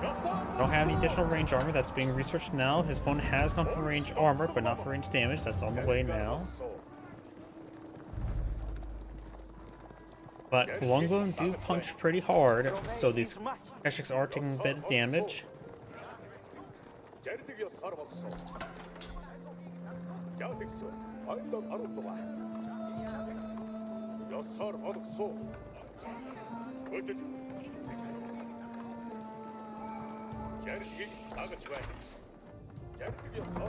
Going for a round of palisade walls there. He assumes that he's going to be trading with this trade post, which is simply not the case. He has migrated his silver tree right there. It's a little bit shorter this path, but it does also make it a little bit easier to keep secure. Additionally, there's quite a bit of natural foliage here for the Mongol player to utilize, a bit more than the other side. And with him already here collecting the boar, he already has a outpost here.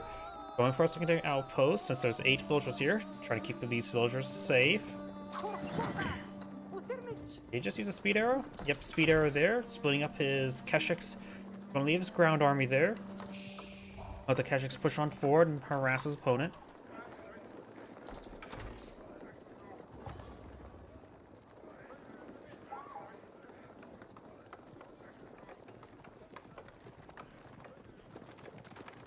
I've got range damage being researched by the Mongols.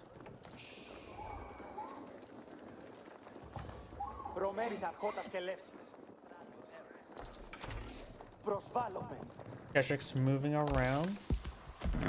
Ooh, there's a good number of exposed villagers here. He should have enough olive oil now for another round of longbowmen. Right for a palisade wall there. Here comes the Keshiks. Does get 1 of the villagers there. Some of them are a little bit wounded, so he could probably torch down some stuff. He does try to play Ring Around the Rosie, without it being a circle, which allows him to constantly engage. He completely surrounds the villagers.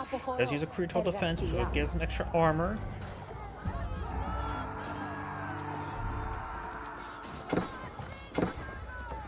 Town center is starting to engage, but all the villagers, the town center was fully occupied. He does evacuate some of the villagers there, but they both have wounded people there. He's dancing around the villagers. Look at the dance. Very nice. Got this force now engaged by the Mongols archers. And now got the villagers are being pursued. Khan has gone down. Keshiks are falling back. Mongol archers are outnumbered. They're falling back to the outpost. Got another set of arrow slits here. Does have also an outpost here for Yam Network as well. Does not have outposts along the entire way. Going for more Keshiks, going for more archers. And right now, that archer force is actually quite separated, so regular horsemen could have been useful.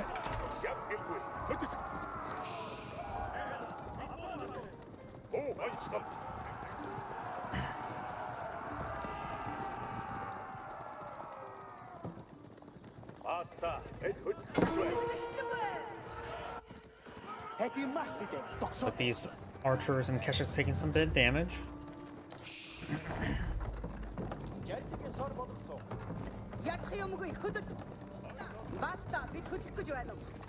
These Keshiks are quite wounded, and they have time just to throw torches on something. This mill is a great spot for them to throw torches and get some health, but good split there by the Limitanni. Keshiks are just trying to run away. The only opening he has left is here, and this until this area is walled off.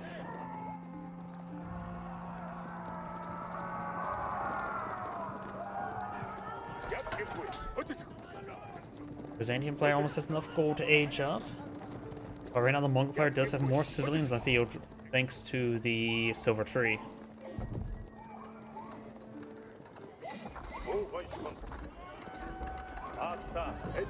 Keshiks taking a bit of damage there. More and more damage on those Keshiks, but looks like two will escape on out there, but we've got some more Limitannis here. More archers. This Keshik just being slowly picked off. He will... There's another Keshik there. All the Keshiks do go down. Got two defensive outposts here that can get easily overwhelmed. A Kurultai now going on up. That is exactly what the Mongol player needs. With this assault coming forward, this will give him plus 20% damage there. It's getting rapidly being built. This is going to go straight for the trade. When the outposts see this, he needs to evacuate the traders out of the region. The Kurultai will be built, no problem. He's also going for the mobility upgrade. Traders now being retasked. And the Mongol players behind an archer count. One traders do go down there. Didn't see it getting hit by arrows, but long bombs do have good range though. He's going for veteran archer research and veteran Keshik research. Veteran archer research will give him quite a bit extra damage. No blacksmith research. And he does not have improved engineers yet to get a quick Mangonel. Getting some damage there. Kurultai having trouble. Superior mobility is not researched yet. There's a Kurultai. Does get a bit of a spear brace there. Keshik trying to charge the way forward. Keshik should probably bypass this Limitanni, go straight for the archers. There's the Kurultai there. Veteran archer research still on the way. Veteran Keshik research now on the field. Yellow's army is getting overwhelmed. The plus 20% damage being very useful, especially for the Keshiks. And the health regen benefits is very important. Because right now these Keshiks are up to, what, 5 range armor? Which makes so the archers do only 1 damage each, and the longbowmen are doing 2 damage each. These Keshiks are pulling off a very good value right there. The veteran Keshik research is being very critical there. And now Yell's army is being pursued back to base. He almost has enough food to age up. He does have the berry bushes there, still plenty there. I go for walls here. And these forces will go down. Golden Horn Tower now being researched or deployed. Being deployed way down here. Got now the Yam network now being researched.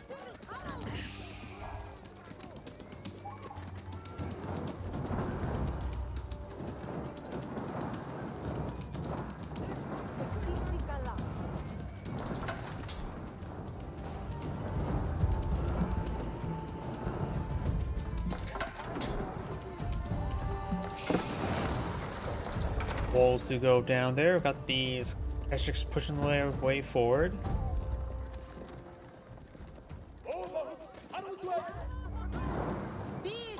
Olive groves do take a little bit of damage there. Kurultai now pulling the front line. Does get his age up on the field, but he is severely lacking units. Got some outposts here. But there's a good number of villagers in this area. There's a good number of outposts now. Zaya has some good storage here. Only has 1 range damage, no, some Mangonel emplacements. So these arrows are doing 6 damage or 7 damage each, which can help punch the Keshik's armor, only by 2 damage rather than 1 damage. It'll be very useful against the archers, that's for sure. And nothing here to really engage these forces. He is going to keep them occupied. And the health upon swipe is going to be very useful to catch us that withstand a bit more abuse. But now we do have the Kurultai here, getting some health regen for these forces. He could utilize the... he has turned on the Presidium, which gave him reduced damage he takes on building damage. At level 3, it does minus 50% damage. The torch is doing a lot less. He does spot the Golden Horn Tower there. He was trying to engage the berry bushes, but found the tower. We do now have the improved raid bounties there. Does not have siege engineers. Siege engineers will be very useful. He's going to resist quite a bit of torch damage thanks to these cisterns.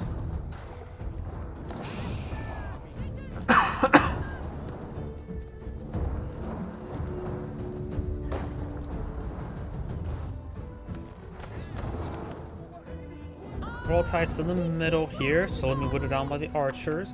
We're going to focus on Varangian Guard.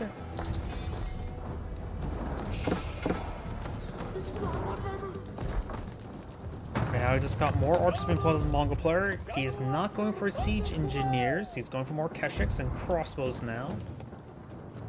Of course, now the Olive Grove is probably a good item he should torch down to get some raid bounties, but he may just be trying to stall for the improved raid bounties for now.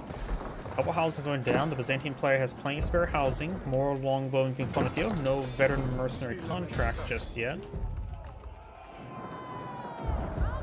No olive oil income either.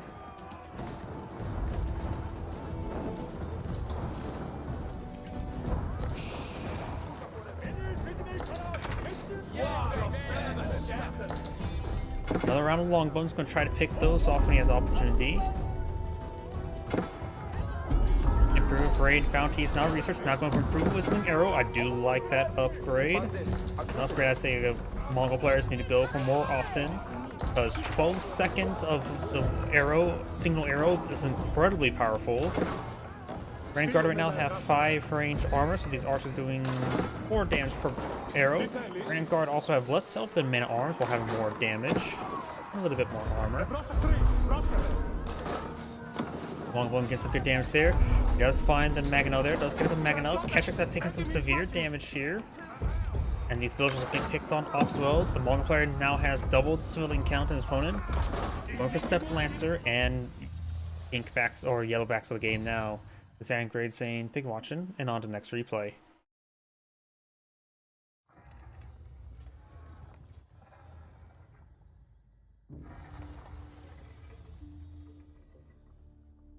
That was the last replay I can get from him. Let's try this player.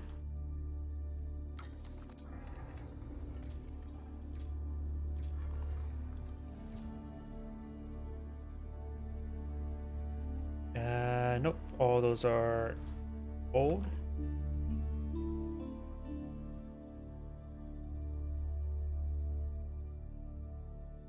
That name's too common. Try this name here. I think him.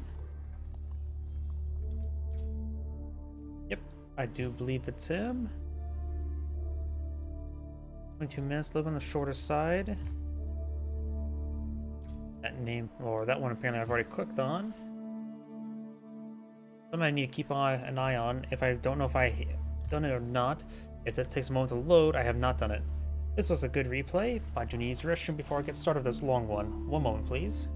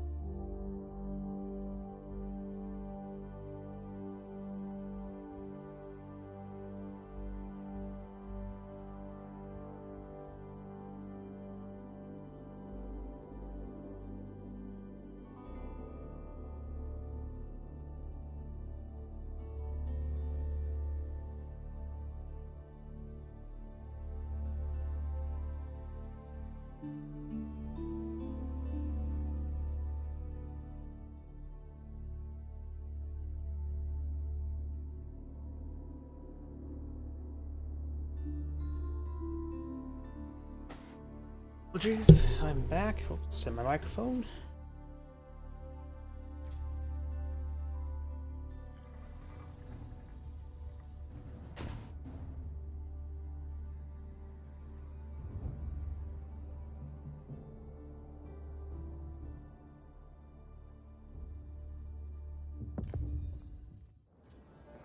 Greetings everyone, and Grade here with another Age of Empires 4 replay. Spawn top left side as the Orange Bloom Empire. We have Core with a lowercase e.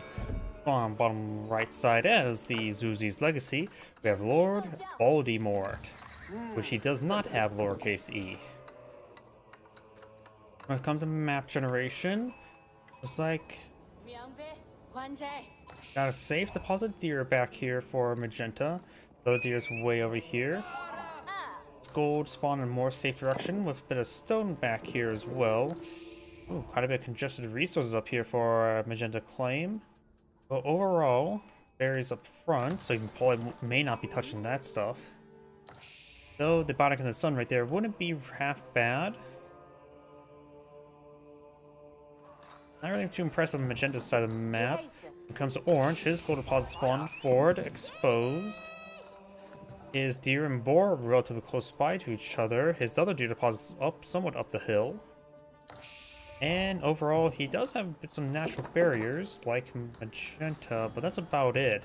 Both sides, I don't think, got really good map spawns. So Magenta does find a good number of sheep there. Orange, not so much. He's running out of sheep relatively soon. Aachen Chapel now being pulled on the field. And this will, of course, give him some good gold and wood collection, as well as sheep collection. Which he does actually have a decent amount of sheep there. So 6-6. Pulls back the villagers off of gold there, iron for a bit of wood. And you only have one villager there onto the Aachen Chapel, so they're not really on to be aggressive. Got now the meditation garden out over here. Actually, I think the best spot would have been for it to be right around here. That could get some good amount of gold, stone, and wood. But too late now. He will not get any gold or stone. We'll get a decent amount of food and probably a decent amount of wood. I don't know how much wood he will get. Looking at unless it's growing at a smaller rate than food. The food would be close to 50. I'm guessing maybe wood's around to 40. No, that's too high. I have to just wait and see. Aachen Chapel is still being built.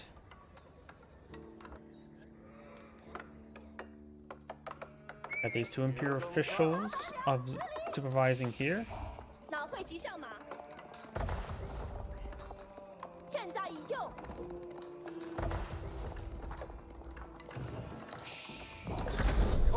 Aachen Chapel now pulled on the field. That should give him some great collection rate. Not sure what the prelate is at the moment. Orange has actually gone for a second scout, going for a second prelate. Actually, where is Orange's prelate? It's still not here. There's a prelate there. Needs to get inside the Aachen Chapel. Because the Aachen Chapel is only useful if you get a prelate inside of it. Because the meditation garden will be providing 36 food per minute and 28 wood per minute. Yep, I would definitely say it was better to go right here. Bullet right here, if possible. Probably would be affecting 2 gold deposits and stone deposits. Now get him around, what, 50 gold per minute, 25 stone per minute, and probably the same amount of wood per minute. Or maybe a little bit less, just assume nice, even 20.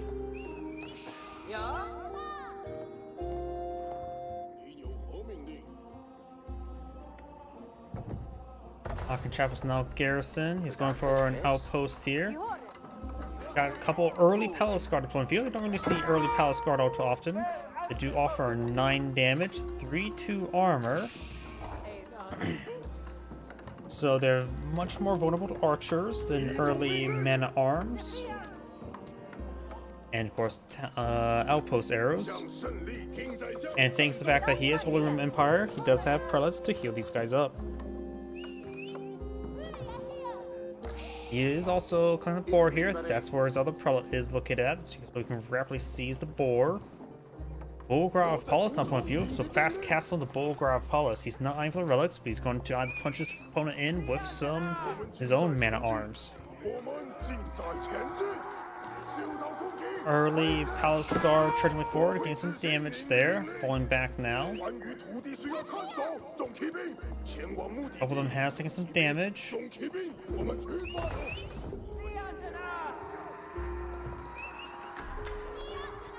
Scout does take some damage there.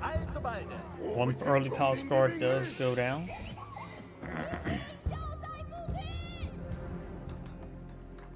Howdy.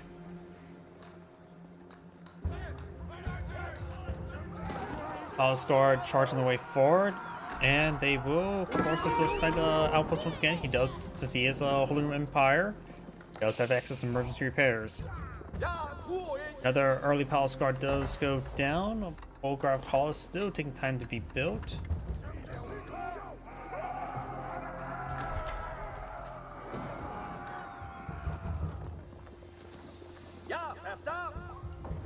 No arrow slit, anything like that. Research. Oh, now it's gonna be upgraded for arrow slits. We've got now the man-at-arms research, upgrading to early man-at-arms or regular man-at-arms. And of course, this is also where you can research the heavy maces and twin weapons. One of the blunt weapons would be very useful. Engage these Palace Guard to make his man-at-arms really punch well above their weight. Right now, they'll be doing what, 10 damage? That's a +1 melee armor here, melee damage for the Palace Guard, as well as +1 range armor. +1 melee damage will allow his hack apart these villagers a bit more evenly. Exiles, of course, will counter that a little bit. Scout down, not big surprise. Now I got these man-at-arms pretty forward. They have 12 damage, 4 armor. They do, of course, have a lot less mobility. I would definitely say it's a good idea to go for the blunt weapons when possible. He does not have enough gold at the moment in the field. Got multiple hand cannoneers, so that's now being researched. Right here, here, and down here. So these villagers are getting hit. He does hack apart one of those villagers. Man-at-arms trying to engage. Does kill off that one villager.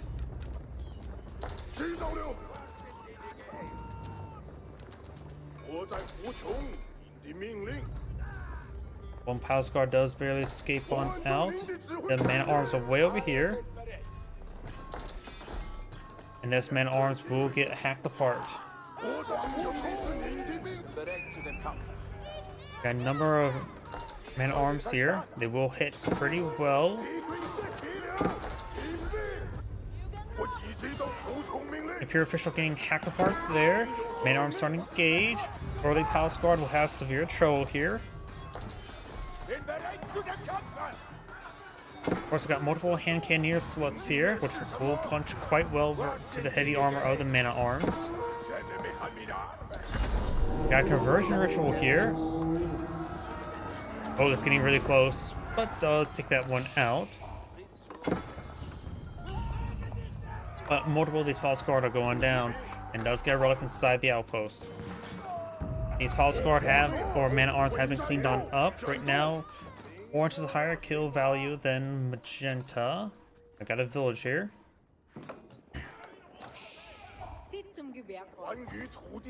Was that blunt weapons? Yes, it was. Now he has +6 damage versus these Palace Guard, so these guys will be taking pretty sizable blows. At this point in time, when he sees those blunt weapons, probably a good idea not to go for them any longer.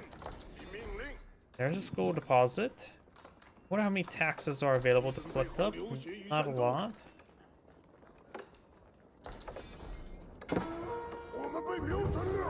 That villager does go down there.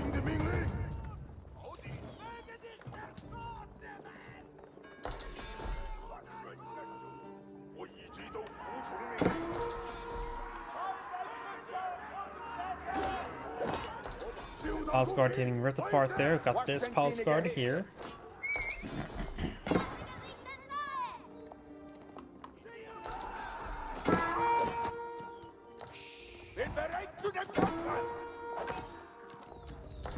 Force our scout down. Man-at-Arms does go down there.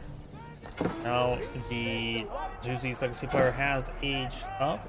Not sure which landmark he went for. He went with the Shaolin Monster, which can some battle monks. Battle monks only cost food, and they have decent combat capabilities as well as pretty good attack speed. But their attack speed will be nullified by the heavier armor of the man-at-arms pretty easily. Palace Guard backing on off.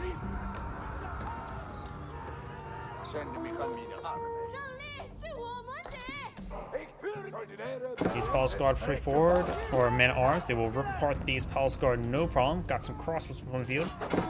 At this point in time, going for either Spearman or for Palace Guard would be have the roughly the same durability to fight the blunt weapon man-at-arms. So maybe better just go for Spearmen since they're cheaper, and you're more going to likely rely on the crossbows in the back line.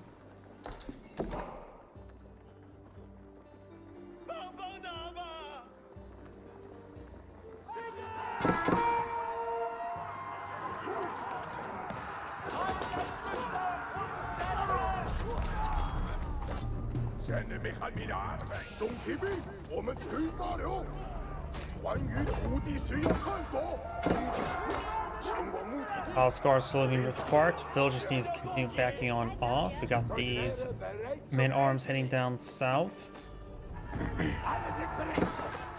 Man-at-arms being focused down quite nicely now. Some of these villagers can hit as well. Villagers do have faster movement speed than the man-at-arms. Does not have marching drills researched just yet. And there goes those man-at-arms. Got more man-at-arms over here. And got a significant number of villagers on these deer. These deer are going to be eaten very quickly.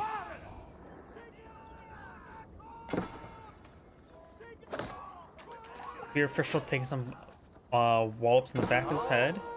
Man-at-arm does go down there. Up here got some more man-at-arms push forward. Does start sending blaze to the meditation garden, which is disturbing its tranquility.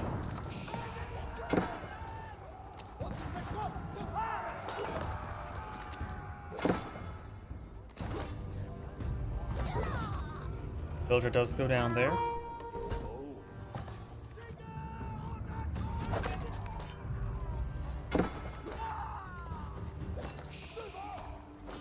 The official has taken some hits, and those man-at-arms have gone down. Orange has picked up or claimed 3 relics and picked up a 4th.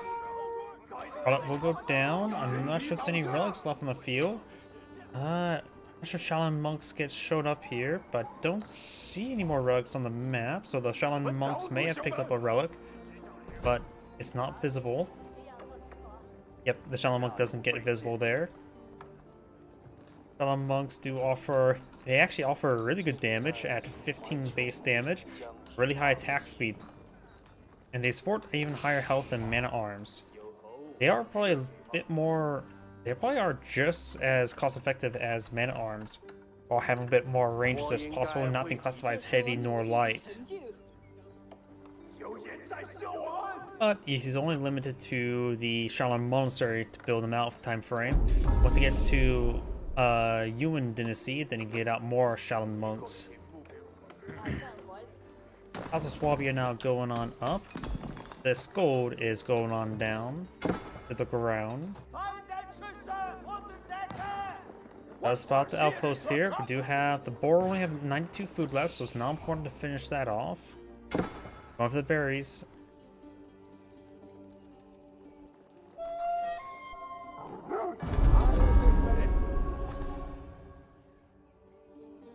Multiple sacred site has been captured and being captured by Magenta. We still only have the early Palace Guards, going for more early Palace Guard.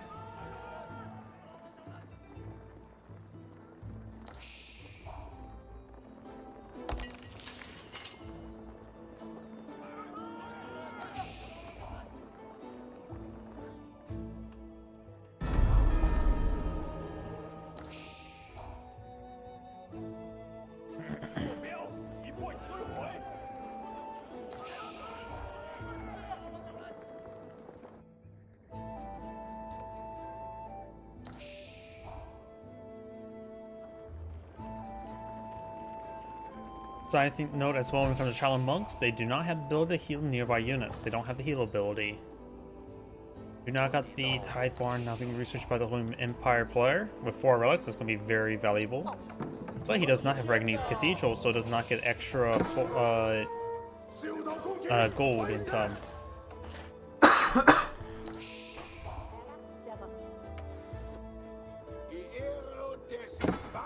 So if the Holy Empire player wants any improved economic situation, he will need to build out some prelates and have them follow around the villagers.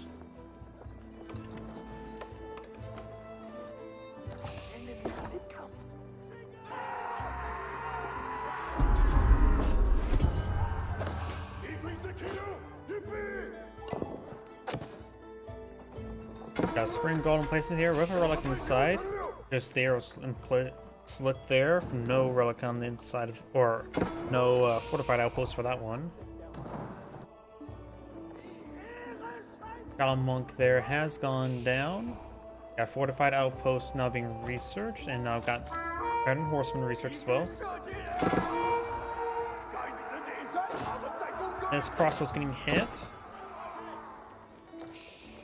And these crossbows just try to walk on by.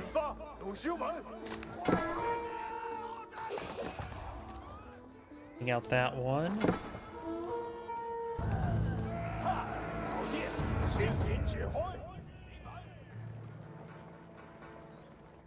Dein Wille wird seine Schritte führen.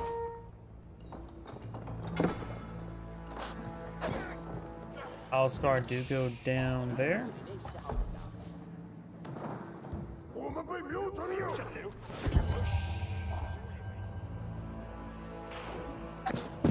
Good hits on the Palace Guard. Oh, there's the Bombard placement with relic inside. That would do 94 damage per shot. It will one-shot these crossbowmen, so they have to keep their distance.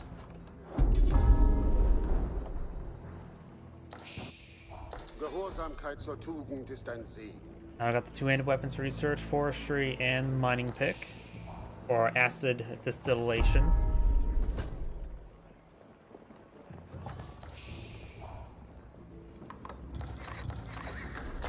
May want to go ahead and perhaps get some more bombard outposts for these relics, or put them inside of keeps with bombards.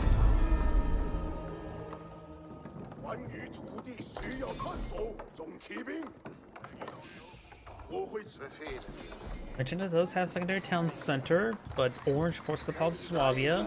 However, at this point in time, the villager differences won't be too great since they'll be approaching the max number of villagers they want to deploy out. Alscar takes some hits there.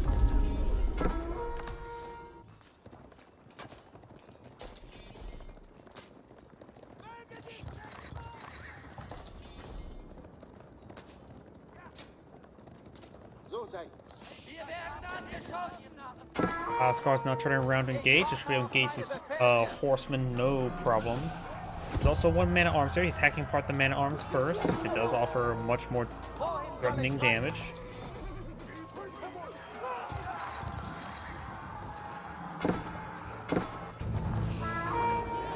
Another crossbows there to engage the man-at-arms.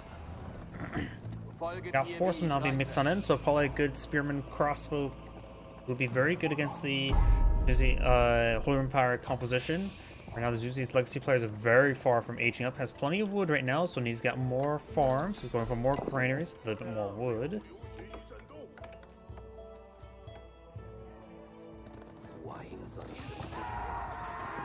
Now got the keep going up there, helping secure both those gold deposits, and you may want to get to some mining camp a little bit closer to that gold deposits, a little bit distance. Battle Monk does go down there, and there goes that man-at-arms as well. Alscar now torching down that mill.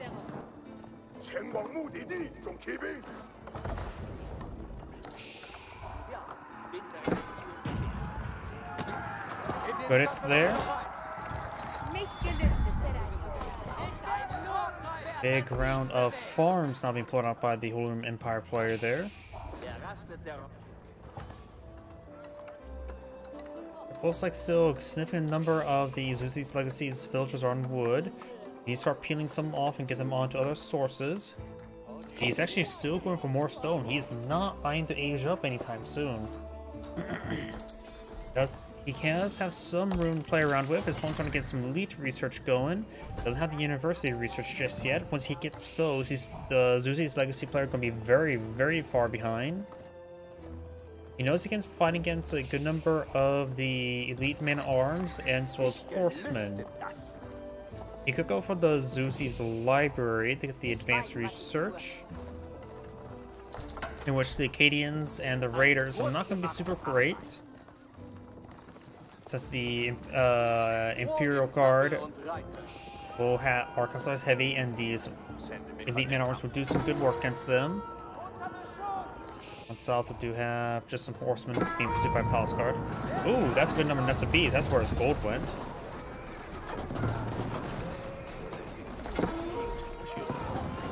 Getting some great damage on those horsemen. Those horsemen getting annihilated by these siege weapons. He would take some hits there, but they got annihilated.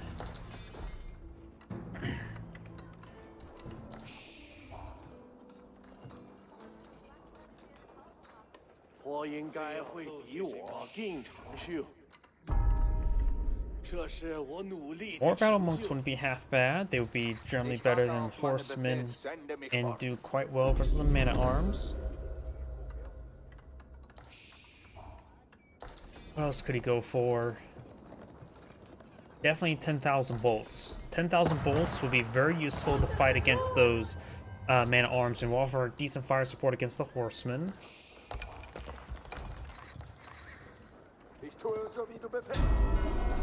And not sure he would go for the other research. Maybe go for the Temple of the Sun. Grenadiers wouldn't be half bad against the man-at-arms as well, but against the horsemen, not so much. He sees a good number of hand cannoneers not being put on the field. He is going for the Temple of the Sun instead, in which you could improve the Nest of Bees, since it's classified as gunpowder. You definitely need to go for Elite Spearmen. If he goes for the library, maybe the Fire Lance Spearmen wouldn't be half bad. And these villagers are exposed. He's going to lose some of these villagers. He does have textiles research. SB's firing away, getting some good damage. We got spring balls on both these outposts. SB's engaged. Can't get clock tower variant. Wrong Chinese faction. SB's are wounded. They're alive, which means the guns can fire. There goes that spring gull there. Maybe killed off by the spring gull replacements. Guys trying to charge forward to the Nest of Bees. Their Nest of Bees can be repaired on up.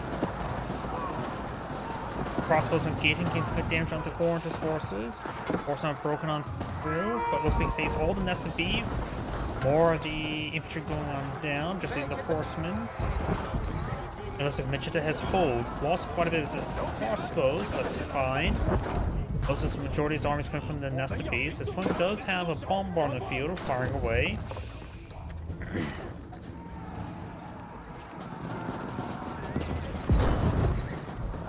The Holy Roman Empire player is not building more hand cannons at the moment. He doesn't like the fact that he just lost all of his infantry. Can't really afford it at the moment. More horsemen's probably good. He has plenty of food and wood for that. More Palace Guard now deployed on the field. A very good number of Nest of Bees. Here's what the Temple of the Sun is configured with. Great damage on all those horsemen there with the Nest of Bees. Needs more damage there, and the Spring Golds are slowly picking away against horse as well. Oh, got stone walls there. Temple of the Sun is currently set on movement speed, which is nice. There goes that villager. Right now, maybe a good idea to go for the Divine Vitality to get his units healed on up.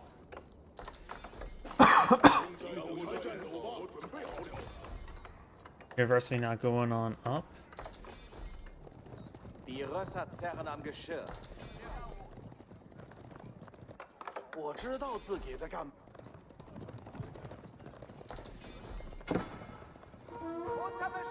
Oh. No chemistry research. Wait, do Zuzi's Legacy can't research chemistry? Maybe you already had it researched. But why would he build another university then? Huh. Oh yeah, I think Chinese get free chemistry as one of their benefits. Ugh, I'm always thinking about that. Sorry, I was looking at some aspects. We do now have the man-at-arms slowly being whittled down there. We've got chemistry research on the way for the Holy Room Empire player. Culverin is here, ready to poke holes into the nest of bees.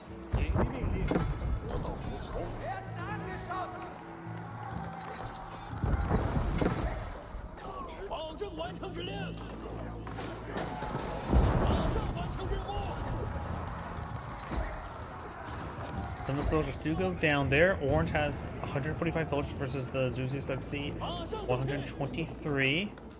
Let's clean up this gold deposit. Not clean up this gold deposit here.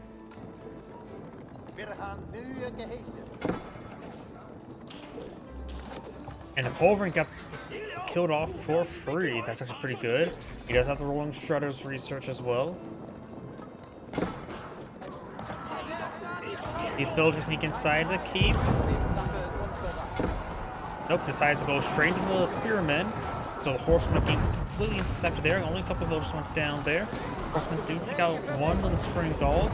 The rest of these forces are pretty tightly clumped. Now the next beast going to annihilate the next formation. Gain some great damage there. More of the bombards are going down. Repair the keep now.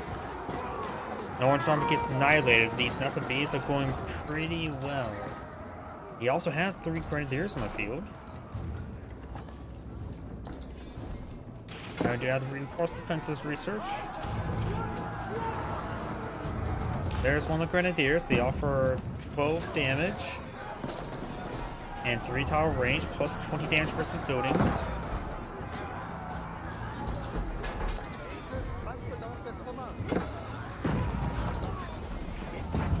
Culverin taking some damage there. Only has 10 range armor.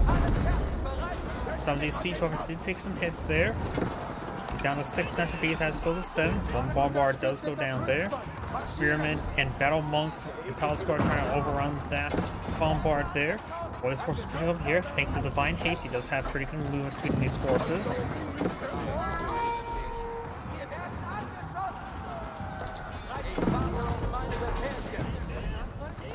Nest of bees slowly pushing their way forward. Culverin does go down there, thanks to the Spring Galls. Zuzi's Legacy now, or Library now going on up. That should put him to Ming Dynasty.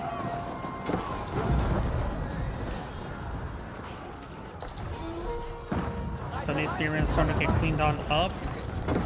Orange doesn't have a whole lot of military in the field, just got a big horseman wave, however. Does have some elite lance connects. Here comes the horseman charging way forward. That is the Ming Dynasty. Now his units do have increased damage, at least the Dynasty units. Or increased health, not damage. But they have a bit of both, that's just the armor tactics. Spearman charging way forward, trying to get some damage to there. Some good counterattack. Forces are getting annihilated. They're on a little choke point there, so the SBs can get some good damage.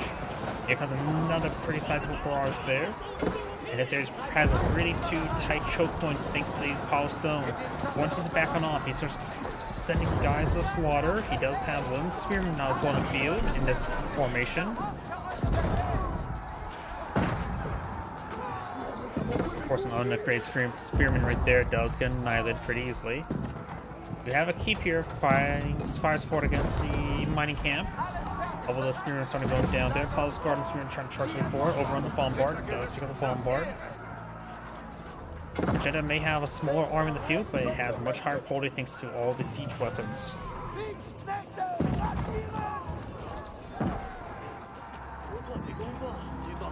Right now, the Zuzi's Legacy players having trouble with gold collection. Most of the gold on this side of the map is on the wrong side of walls. He's got to fight a bunch of bombard placements. There's some gold over there from the claim. He's collecting more stone here. Orange picking up stone as well. But right now he doesn't have a whole lot of stone income. 0 stone or gold income at the moment. Barring 1 relic. And Orange for 4 got bombards here.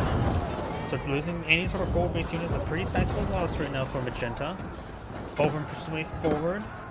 He has 2 spring golds remaining. The Nesby does go down there.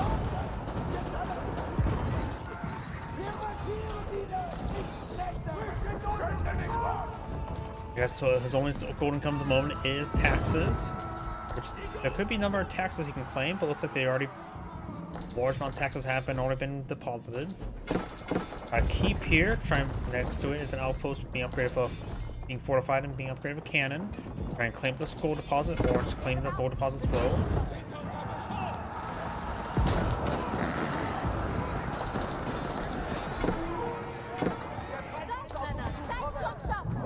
Throwing some torches there as well. Spearman pushing the way forward against good damage. Orange army is most composed of more than men-at-arms and some horsemen and some culverins. The Nest of Bees gains some more damage here. Magenta nearly has twice the kill value as Orange thanks to the Nest of Bees. But right now, he can only afford minimal stuff. Bombards needs some direct hits there onto the culverins. And Magenta's starting to break through with his spearmen. Bombards and annihilating that keep. There's a good amount of infrastructure up there. If Magenta's able to destroy it out, it'll hurt Orange quite a bit. He's down to 2 Nest of Bees here, and that's those only 2 Nest of Bees in the field.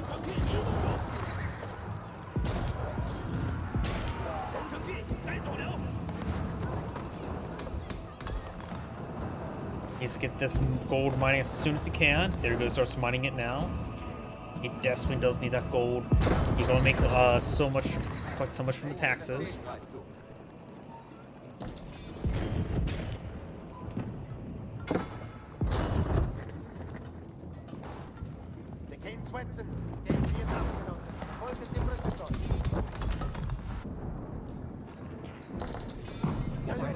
Horsemen moving around, got the man-at-arms as well. Disadvantage on the horsemen. The SB's one does go down, so both just getting hit there. They're just stone collectors. That's the spear bracer there. There's just too many bombards in this region. I wonder what research has gotten from the library. Maybe he has like the AoE projectiles from bombards from the library. I think that is maybe the case. I see some splash animations here.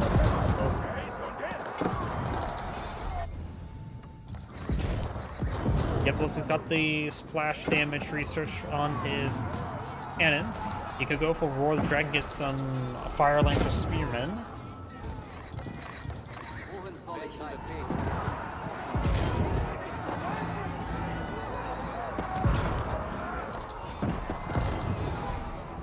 Bombard slowly pushing way forward. Spearmen providing good front line to engage the horsemen, not so much against the spearmen.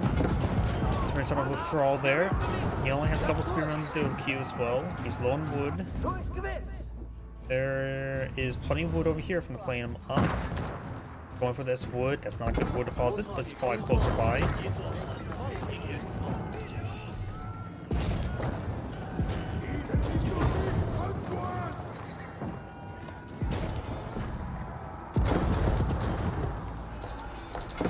Which is also taking time to clear up that gold, and now eyeing for a keep here.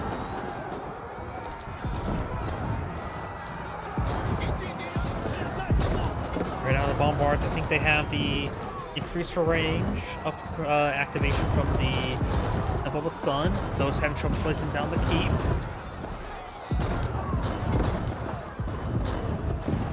So Lance connects up on the field. Slowly whittling down all these forces. SBs take some hits there, trying to grab the Nest of Bees.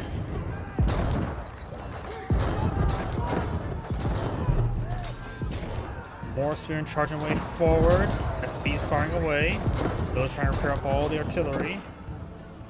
Has 6 bombards remaining. Spearman now push away for Horseman trying to engage, but Spearman uses Spear Braces there. SBs does go down there.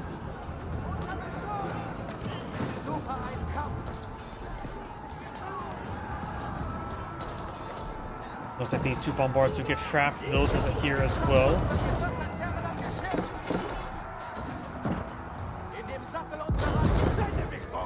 5 bombards now remain.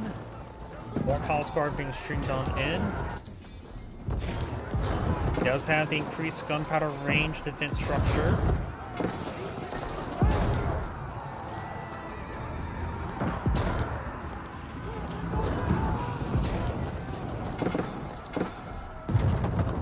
That keep may have been destroyed, may have been cancelled.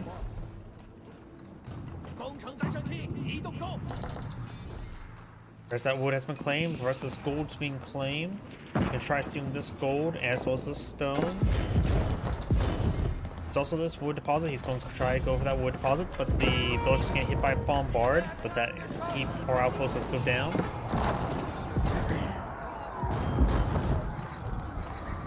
Orange has this bombard push way forward, getting some damage on this outpost.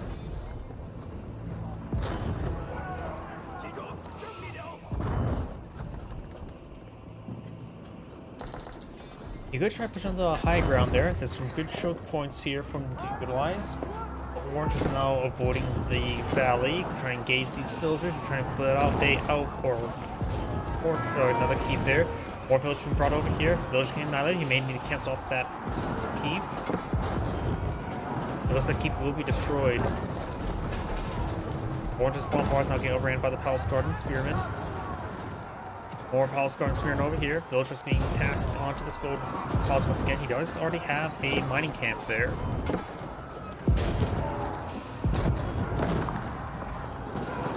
Orange's army getting annihilated there. More men arms charging way forward. There's a good number of SCVs on the field once again, and thanks to the fact that they have +1 range, they can get a bit more flexibility. Bombards having 11 range means they can engage the 12 range spring galls a little bit better.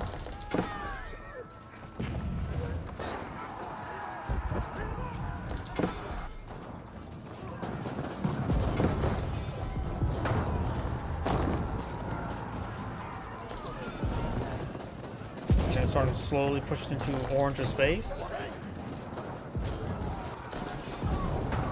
Get some damage there. We're being collected on up. Stable. Orange loses some infrastructure.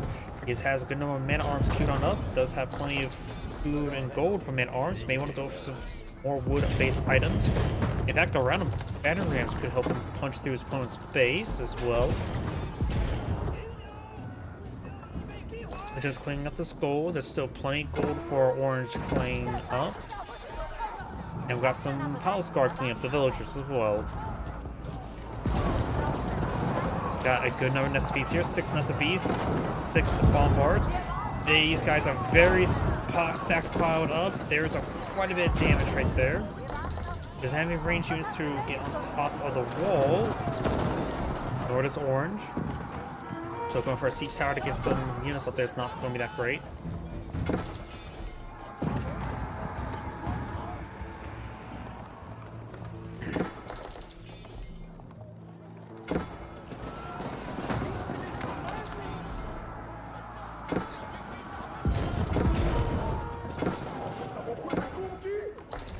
Palace Guard engaging some of these villagers.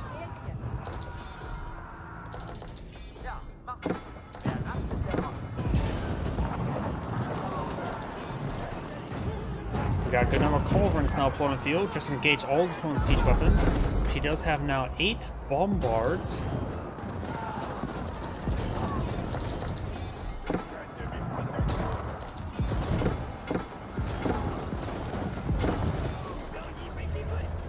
This is primarily using the bombards as fire support, and when it's time comes to destroy buildings, they're very good at that.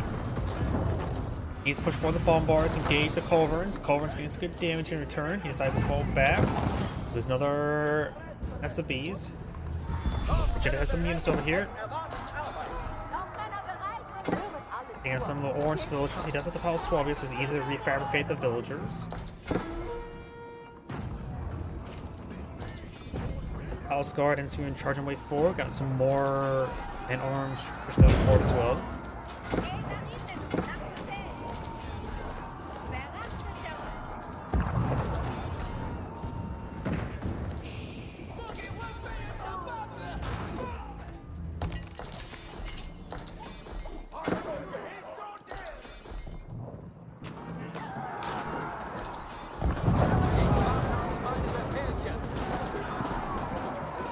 Palace Guard and Spearman charging way forward against good damage on the mana arms. And the mana arms not lasting long enough with all the artillery in the back line. But still got another good number of corners there, but he's having trouble with all the Palace Guard and Spearman charging way forward. And the mana arms just getting annihilated there.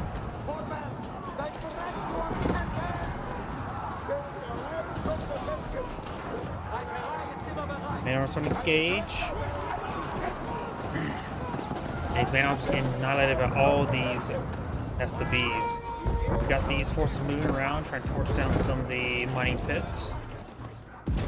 And they're just going to charge forward and hit these Springalds. Not Springalds, Goldrons.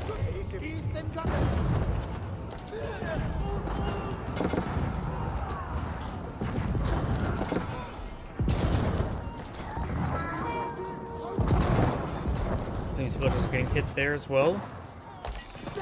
So Magenta's forces get cleaned up, none of the Culverins go down there. Rest of gold is getting cleaned up, and that's not going to be good for Magenta. Magenta now needs to start pushing over here.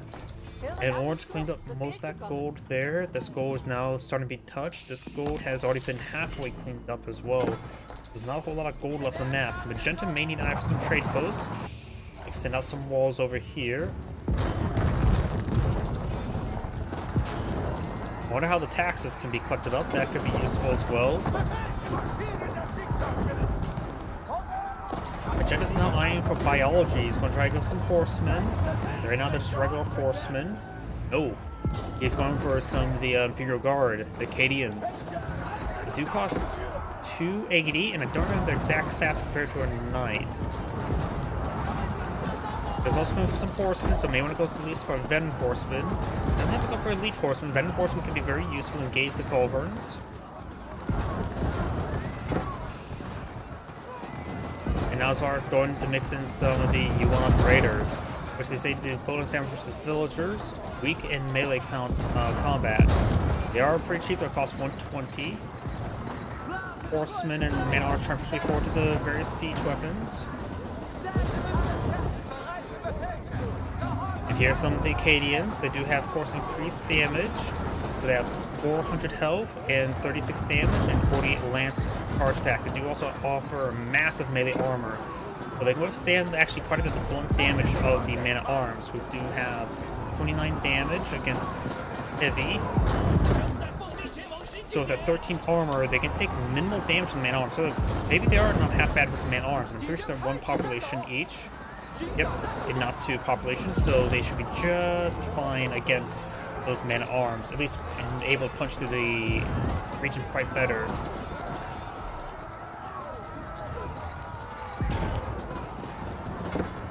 Now starts to get cleaned on up. He has 13 Acadians on the field. He does have some Yuan Raiders. Acadians being pursued by the horsemen. He has switched to Divine Haste. So now he's trying to get these guys faster. Oh wait, that's only affects infantry, doesn't it? Yeah, infantry movements move ever faster. You can activate Divine Charge, giving them plus 20% damage. So it's getting hit there. And Cannoneer Slits firing away. This army here is causing a bit of trouble. You can bring in the horsemen, or not horsemen, the everything there. Yuan Raiders do offer 21 damage plus 5 versus worker. So right now they do pretty good damage versus villagers. They will 4-shot them. Attack speed's a little bit high. They do bonus damage to siege, and they do have inherent range armor as well.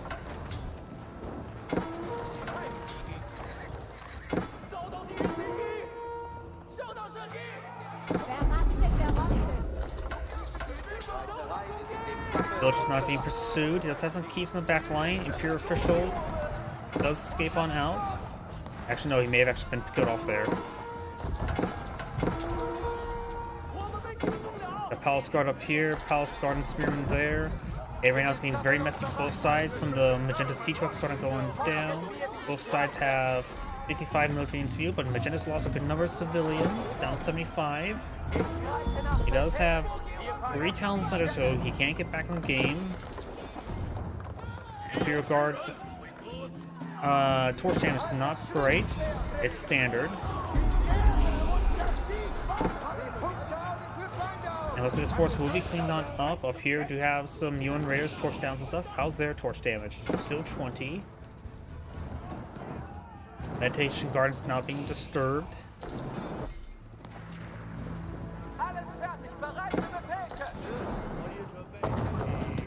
There's a couple Shaolin monks mixed on in as well. I don't think he's ever actually progressed the Yuan dynasty.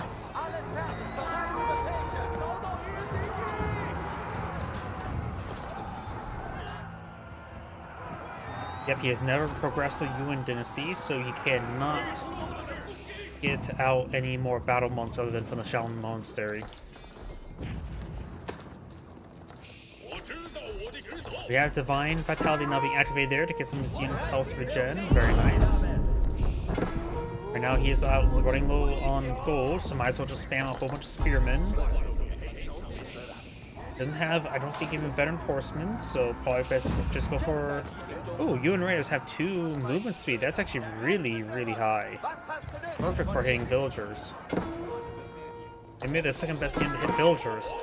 In Guild Age, actually, not one of the best units to hit villagers is probably the Magadai. As much as I say Magadai and Warforged Mountain Mode's game, they're actually really good at going through a farming line.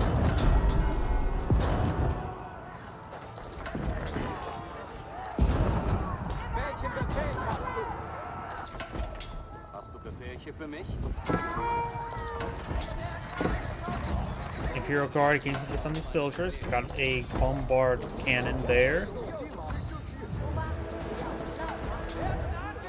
Looks like Orange has lost a landmark, or no, Orange has destroyed a landmark, the Meditation Gardens. And I think it's really been disturbed now. UN Raiders, they are classified as light melee, so they won't receive bonus damage from these mana arms. They're probably in, oh, he does activate Divine Charge, so it does get additional damage onto him. 25 damage. They're probably still be inferior to the man arms in 1v1 combat since they lack the armor. Primary towns that are starting going down. Up north, we got these Acadians getting some damage here.